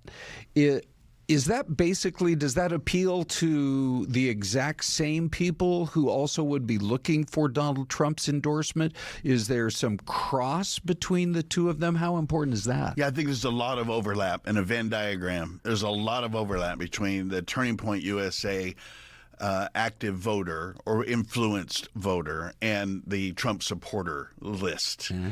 So if you have Trump's endorsement and you have Turning Point's energy behind you, it's another reason Biggs is doing as well as he is in polling. It's another reason the Capitol crowd that I run in is already decided Biggs is going to be the nominee. I believe Governor Hobbs has decided that Andy Biggs is going to be the nominee. Okay, so that is kind of where it stands between the two of them. We had I was chatting with another political consultant who was in the other day, and he was saying, if you take a look at the way Katie Hobbs has governed, she has tried to govern in the center and maybe even just a little bit center-right, because she probably knew right from the start she wasn't going to have a Democratic challenger. And so, first of all, do you agree with that assessment? No. Okay, tell us why. But if she's got the center ground, she can take the center and all the way to the left. Yeah, right. Now that I agree with, the second part. Right. But it wasn't voluntary. It wasn't voluntary on her part to be the center-right governor. But she has been a center-right governor, but not voluntarily. She's done it because those are the cards Arizona voters gave her: a Republican Trumpy Senate and House. How could you do otherwise? If you're governor of Arizona, you have to make deals with the legislative branch. And the legislative branch is the one that puts bills on the desk of the governor. So just by nature, Katie Hobbs has had to govern as a center-right candidate. And, ironically, it helps her win because this is a center-right state. And as Republicans seek to take her down a notch with issue or bills that they're pointing at or topics they think she's weak on, they have not that much to deal with, because mostly what she's done is sign Republican legislation and make a budget that is a centrist, even conservative state budget. And this is a Democratic governor. So I want to ask you what some of those issues might be as we get toward November, and voters are making their decision right now on the primary side of things. But here's Governor Katie Hobbs on her not too long ago visit on Fox 10 Talks. What will be the biggest goal on your agenda and for your administration if you are reelected to another 4 years? So when I took office, we had a lot of big challenges in front of us. The federal government's failure to secure the border, a lot of Arizonans feeling the crunch of inflation and high prices, funding our public schools, securing our water future. And we've made a lot of progress on all of those things. I'm really proud of the progress we've made, but none of these things are things that happened overnight, and so we still have a lot more to do. And so those are the things I'm hearing from Arizonans are the biggest challenges, and those are the things I'm going to continue to focus on. You know, one of the things I was reading through your budget, one of them was a gas tax relief. Can you share a little bit more about that and how we can kind of move forward in that? Yeah, I don't think that was in our budget, but it is certainly something that's come up recently because of the war in Iran and the increase on gas prices. The gas tax is really complicated, and it funds our highways, and so it's a complex issue. I certainly think when Arizonans are feeling the crunch of higher prices everywhere, we shouldn't take anything off the table. But I know that Senator Kelly has introduced a federal gas tax holiday, which would very likely have a much greater impact on Arizonans if that is approved than the state gas tax. So, certainly not taken off the table, but it is a complex issue. All right, so there was a chance to hear just a little bit about it. So, Stan, let's get right into it here. Where are the areas where whoever the Republican nominee is, and by the way, there are others that are running, including independent and more, but let's talk about what would be the 2 or 3 main issues that voters might actually have to say, okay, I do actually see a difference. Yeah, here. I think what Republicans are likely to do as they seek to dethrone Katie Hobbs is to marry her as a Democratic candidate to Democratic national politics. Make her out to be Gavin Newsom. Make her out to be the governor of New York or the governor of Michigan. These liberal states with Democratic governors, I believe Republicans are going to try to convince voters that as a Democratic governor, Katie Hobbs is one of them.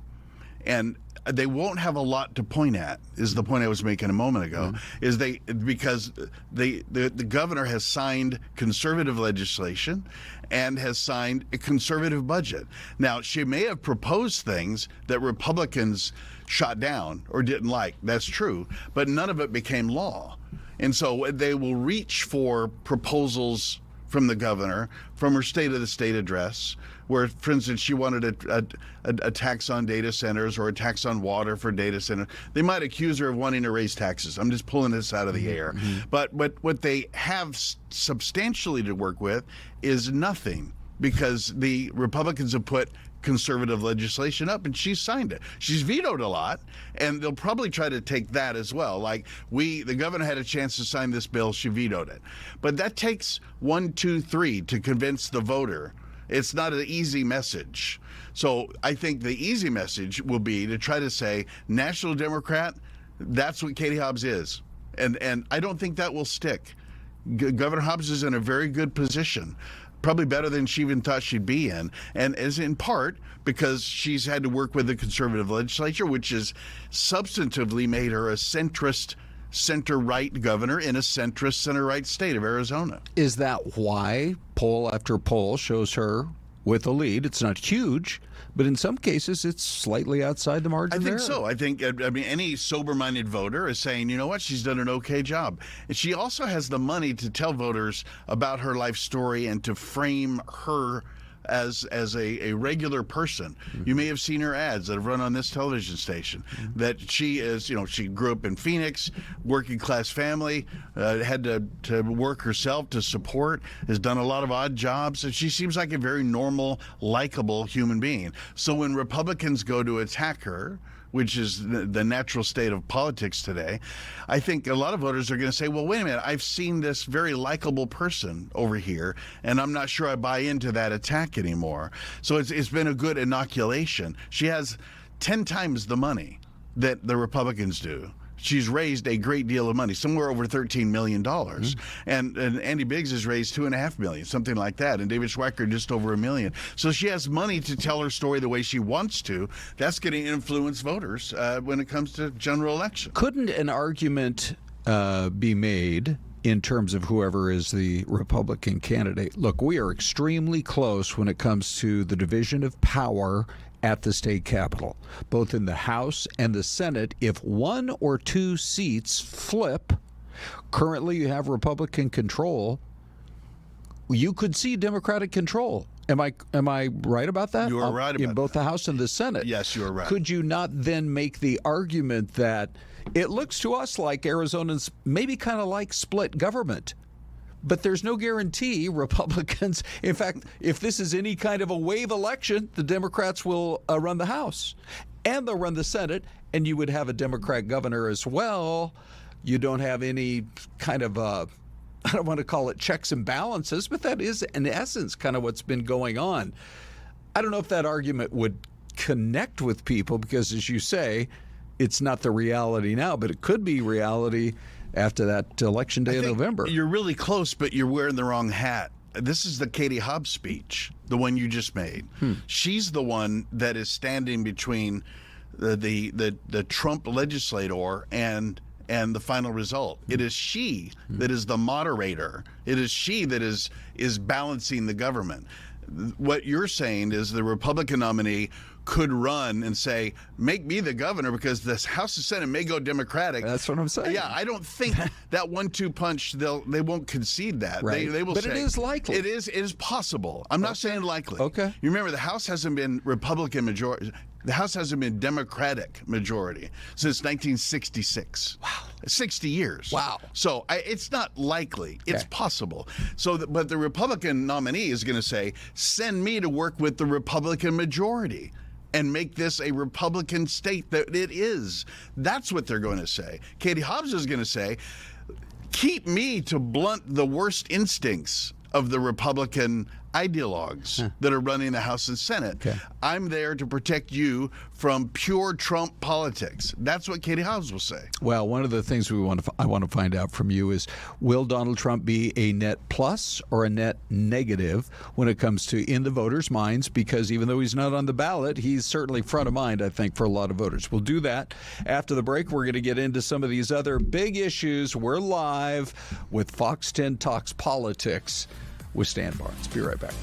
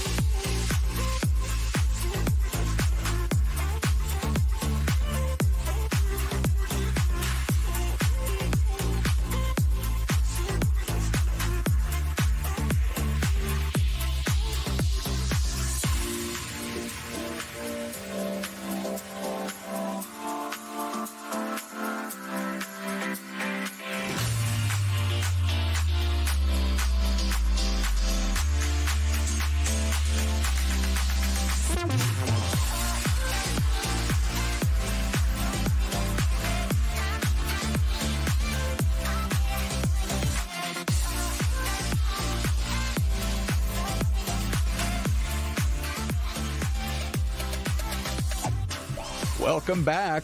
We're still live. For those of you who know that normally we do wrap up our streaming show at 12:30 in the afternoon. We're going for a whole nother hour between now. If you just stumbled across us, thanks. Hop online on YouTube. We have people watching on the Fox Local app, on all of the other popular streaming platforms from Roku to Samsung TV. But if you want to come over to YouTube, you can join the conversation.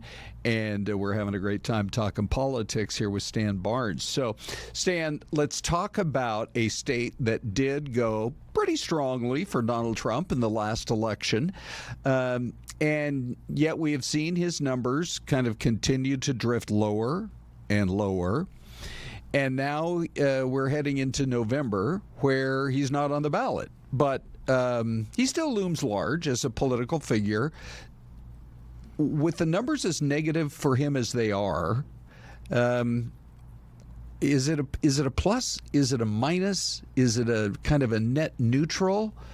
And does he have any time really between now and November to make any major changes in the voters' minds? You know, you're asking the question, and the answer, if you know it, would tell you who's going to be governor. The answer, if you know it, will tell you if the state House and state Senate will remain Republican majority or not. If you could crystal ball it and say, I want to know one fact that will help me predict the outcome in November, it would be, where is Trump on the favorability rating, not of the masses, but of actual voters that are going to show up in November? Where is he? If he's net positive, then it's a Republican win. If he's net negative, it's a Democratic win. There's so much causation between Trump's popularity and outcomes for Republicans. It's incredible. In fact, you could see nationally, and you can see it in the state of Arizona, people campaigning, and they're on the Democratic side, and their campaign begins and ends. Their speech begins and ends with "Stop Trump." Elect me, I will do something about Trump. On the Democratic side, the ads that you see, what more could you say about your Democratic opponent in a Democratic primary? Exactly. They're MAGA Republicans. I'd say they're trying to separate themselves, even though on paper they're the same person. There's some real nastiness in one of the congressional districts among Democrats that are in a primary. CD1. Yes, we're going to talk about that. Yeah, I mean, I'm telling you, there's some blue on blue crime in that deal. I mean, it's right. Happening on both sides, both parties. Right. There are more left candidates challenging existing incumbent Democrats from their left, right? And that's happening nationally. It's happening in Arizona. But you have to appeal to independents. They're a huge voting bloc here in Arizona, as they are around the rest of the country. Remember, there's an independent streak here in Arizona. So maybe if you generally tend to vote Democrat or Republican, you might still consider yourself an independent. And so, isn't appealing to that group the most important thing you can do? And those numbers are not good for Donald Trump. Yeah, yes. In the general election, yes. In the primary, the answer is no. Right. In the primary, you've got to talk to the base and you've got to speak the language they want to hear. Right. But then in the general, you have to make an assumption. You've got the Republicans if you're the Republican nominee, and you have the Democrats if you're the Democrat nominee. The game is in the middle. The game is in that independent vote. Among consultants in Arizona, it is thought that the independent voter, or the one registered not with either of the two main parties, is a disaffected Republican, is a center-right voter. Okay. But they can't be in the party with Trump. And they can't be in the party with the Democrats because they read national news about Democrats being woke and crazy on the left side of the political spectrum. So they are independent. They are not registered with either party, but they still lean in Republican-oriented. And when they're confronted with a Republican or a Democratic nominee, they still favor Republicans. Now, you said it earlier, there's actually an independent candidate for governor that has some resources and will be spending those resources to try to promote himself in the general. So it's going to be an interesting ballot in November, really. Yeah. Okay, well, we just mentioned it, so let's talk about one of the most hotly contested congressional district races anywhere in the United States. And you see the ads. Marlene Galan Woods has been out there. Amish Shah. How do voters separate these two candidates in their minds? Yeah, this is such an interesting thing for people in politics. Amish Shah was the nominee for Democrats 2 years ago. He lost to David Schweikert. And for some reason, the national Democratic machine has decided that he cannot win. Even while Schweikert's not there anymore. Schweikert's not running. He's running for governor. So instead of letting the Democratic ecosystem in Arizona sort itself out, best man win, best woman win, the national Democratic money is trying to defeat Amish Shah in his own primary, even though he was the nominee last time, and they are behind Marlene Galan Woods. And so Marlene is benefiting tremendously from a spend nationally. Beating Amish Shah over the head as a bad actor and more MAGA than he lets on and that sort of thing.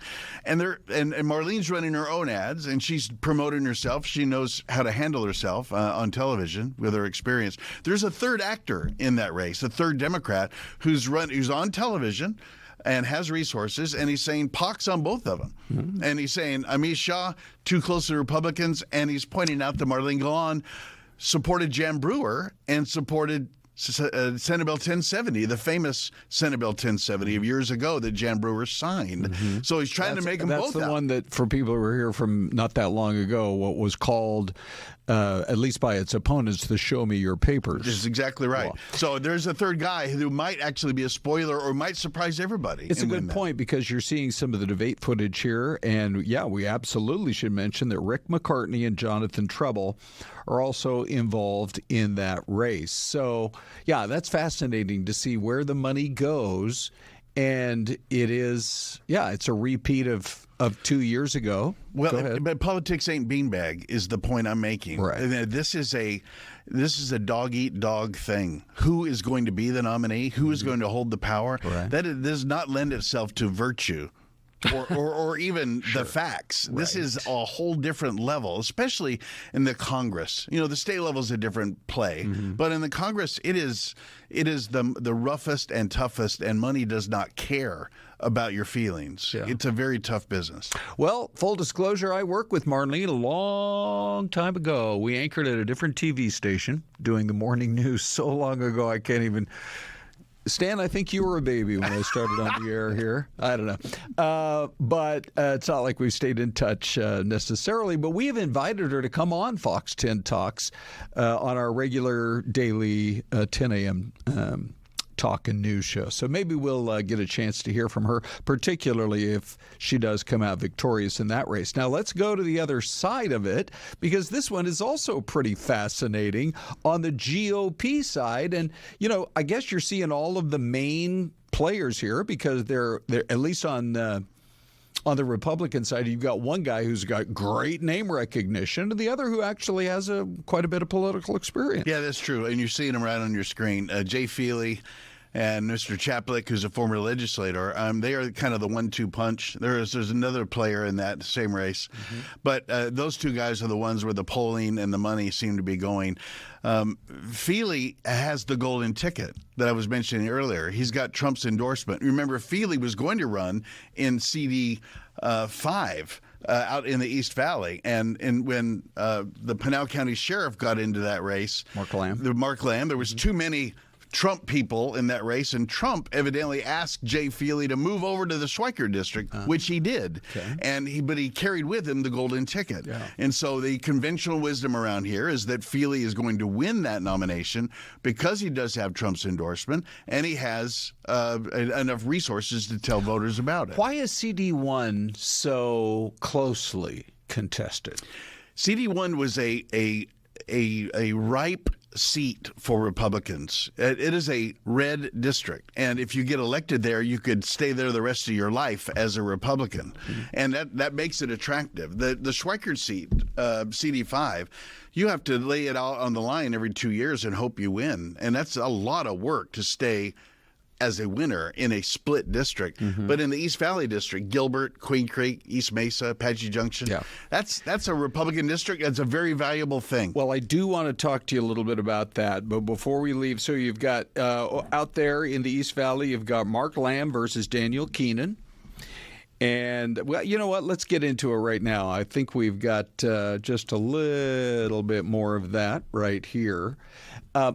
Everybody knows who Mark Lamb is from his time as sheriff. And there have been a lot of negative ads regarding this, I guess you could call it like a sexting scandal, something along those lines. Who is his opponent? Who is Daniel Keenan? The short answer is no one really knows, but the more full answer is he's not Mark Lamb. He's the only alternative on the Republican side of that ballot. He could be a ham sandwich and get 40% of the vote because Mark Lamb has stumbled. Mark Lamb still has Trump's endorsement, which is a very powerful thing. But Mark Lamb has had to suffer some of the worst press a candidate could possibly have, all at the wrong time, and it's been very damaging. And Keenan, who by all respects seems like a decent guy, has his own resources that his own money he's put in a race that nominally he was not even going to show up in because Mark Lamb has Trump's endorsement and everyone knows who he is. But Keenan has benefited from the giant has fallen. And now Keenan might be there to win the nomination. And this is going to be a very important moment in Arizona politics. If Mark Lamb somehow squeaks through and overcomes the worst press I've seen for someone in a long time. You're talking about in the primary or in November? In the primary. Okay. If for some reason he comes through the primary, he is going to be a very weak general election candidate and may end up losing what amounts to a solid Republican seat to an unknown Democrat on the ballot because Democrats and independents, as you say, might team up along with disaffected Republicans and say we can't vote for that guy. So that the district might be in play for Democrats, which you would not think out in that East Valley. That might those are red precincts out there, and it might tip the balance of the U.S. Congress. Yeah, that's the point I'm making. And so, gosh, okay, we got about 30 seconds here before the break. You can start on this and then give us the rest of your answer. Would it not be? Look, this is me coming from a news reporting standpoint, but would it not be perhaps his best move to call a news conference, Mark Lamb, and say, "Here are the allegations against me. Here's what happened. Here's what didn't happen," and be as forthright as he possibly could. Yeah, that's one path. The other path is to keep your head down and bet that the news cycle will go on and voters will forget, and the Trump endorsement will remain, and that is the path he's chosen. Yeah. Okay. Well, that was a close enough answer that we could. I know I'm going to get the break. hook, so I'm just giving it succinctly. You got us right to the break, and we'll be back with a little bit more here. We're live with Fox 10 Talks Politics, previewing the upcoming primary election.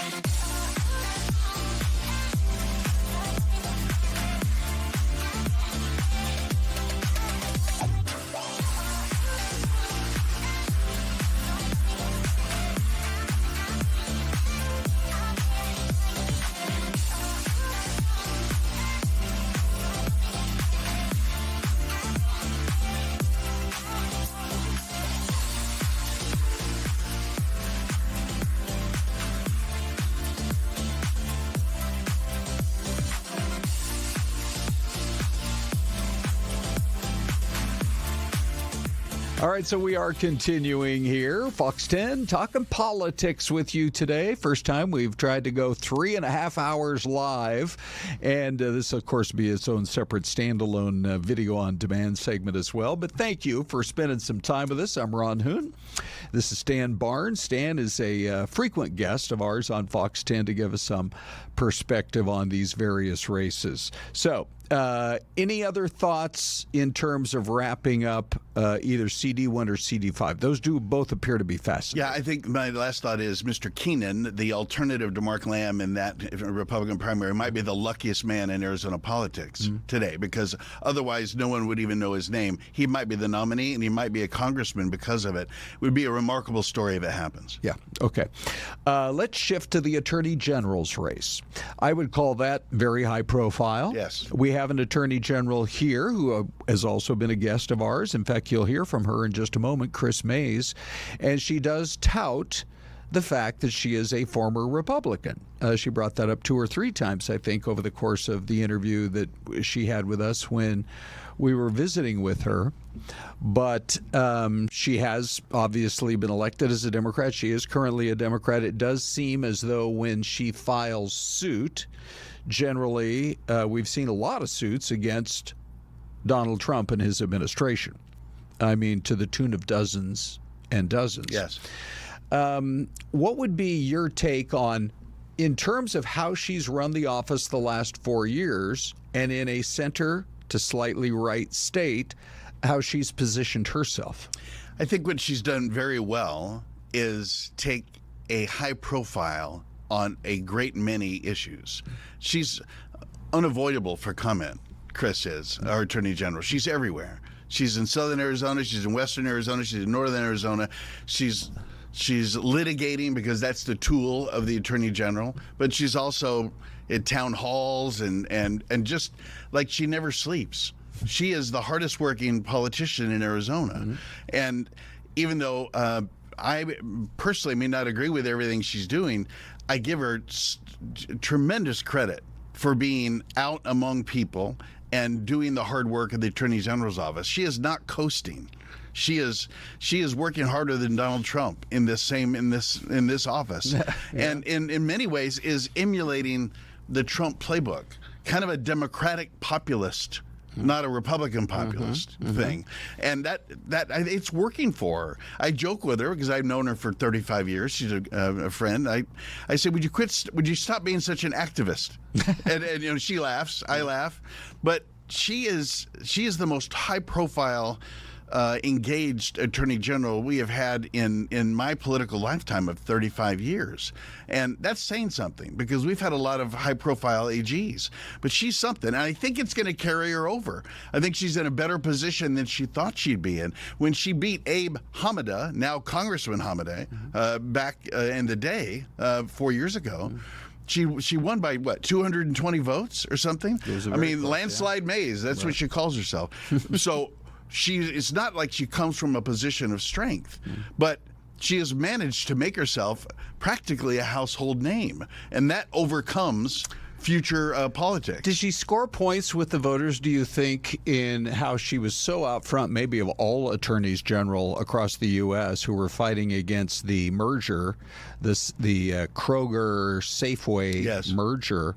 That may very well have saved the jobs of thousands of people working at either one of those stores. Yeah, I think that, plus some of the Trump stuff, plus some of the settlements with drug companies and others.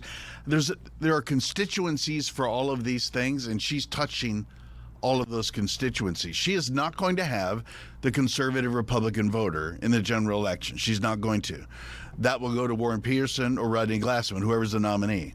But she doesn't need that voter to win re-election. She needs Democrats, a majority of the independent turnout, and disaffected Republicans. And she can get that because she's done well for herself. Well, it is a high-profile race in the primary on the Republican side. So let's hear from, I believe we have both Warren Peterson and Rodney Glassman. Let's hear from Peterson first. So you're from the East Valley. I am. Yeah, Gilbert, Arizona. Yes, ma'am. You said third generation. Third generation resident, yes. Yeah, very cool. What would you like voters to know? You're running for Arizona Attorney General. Yeah. What would you like voters to know about what makes you right for that job?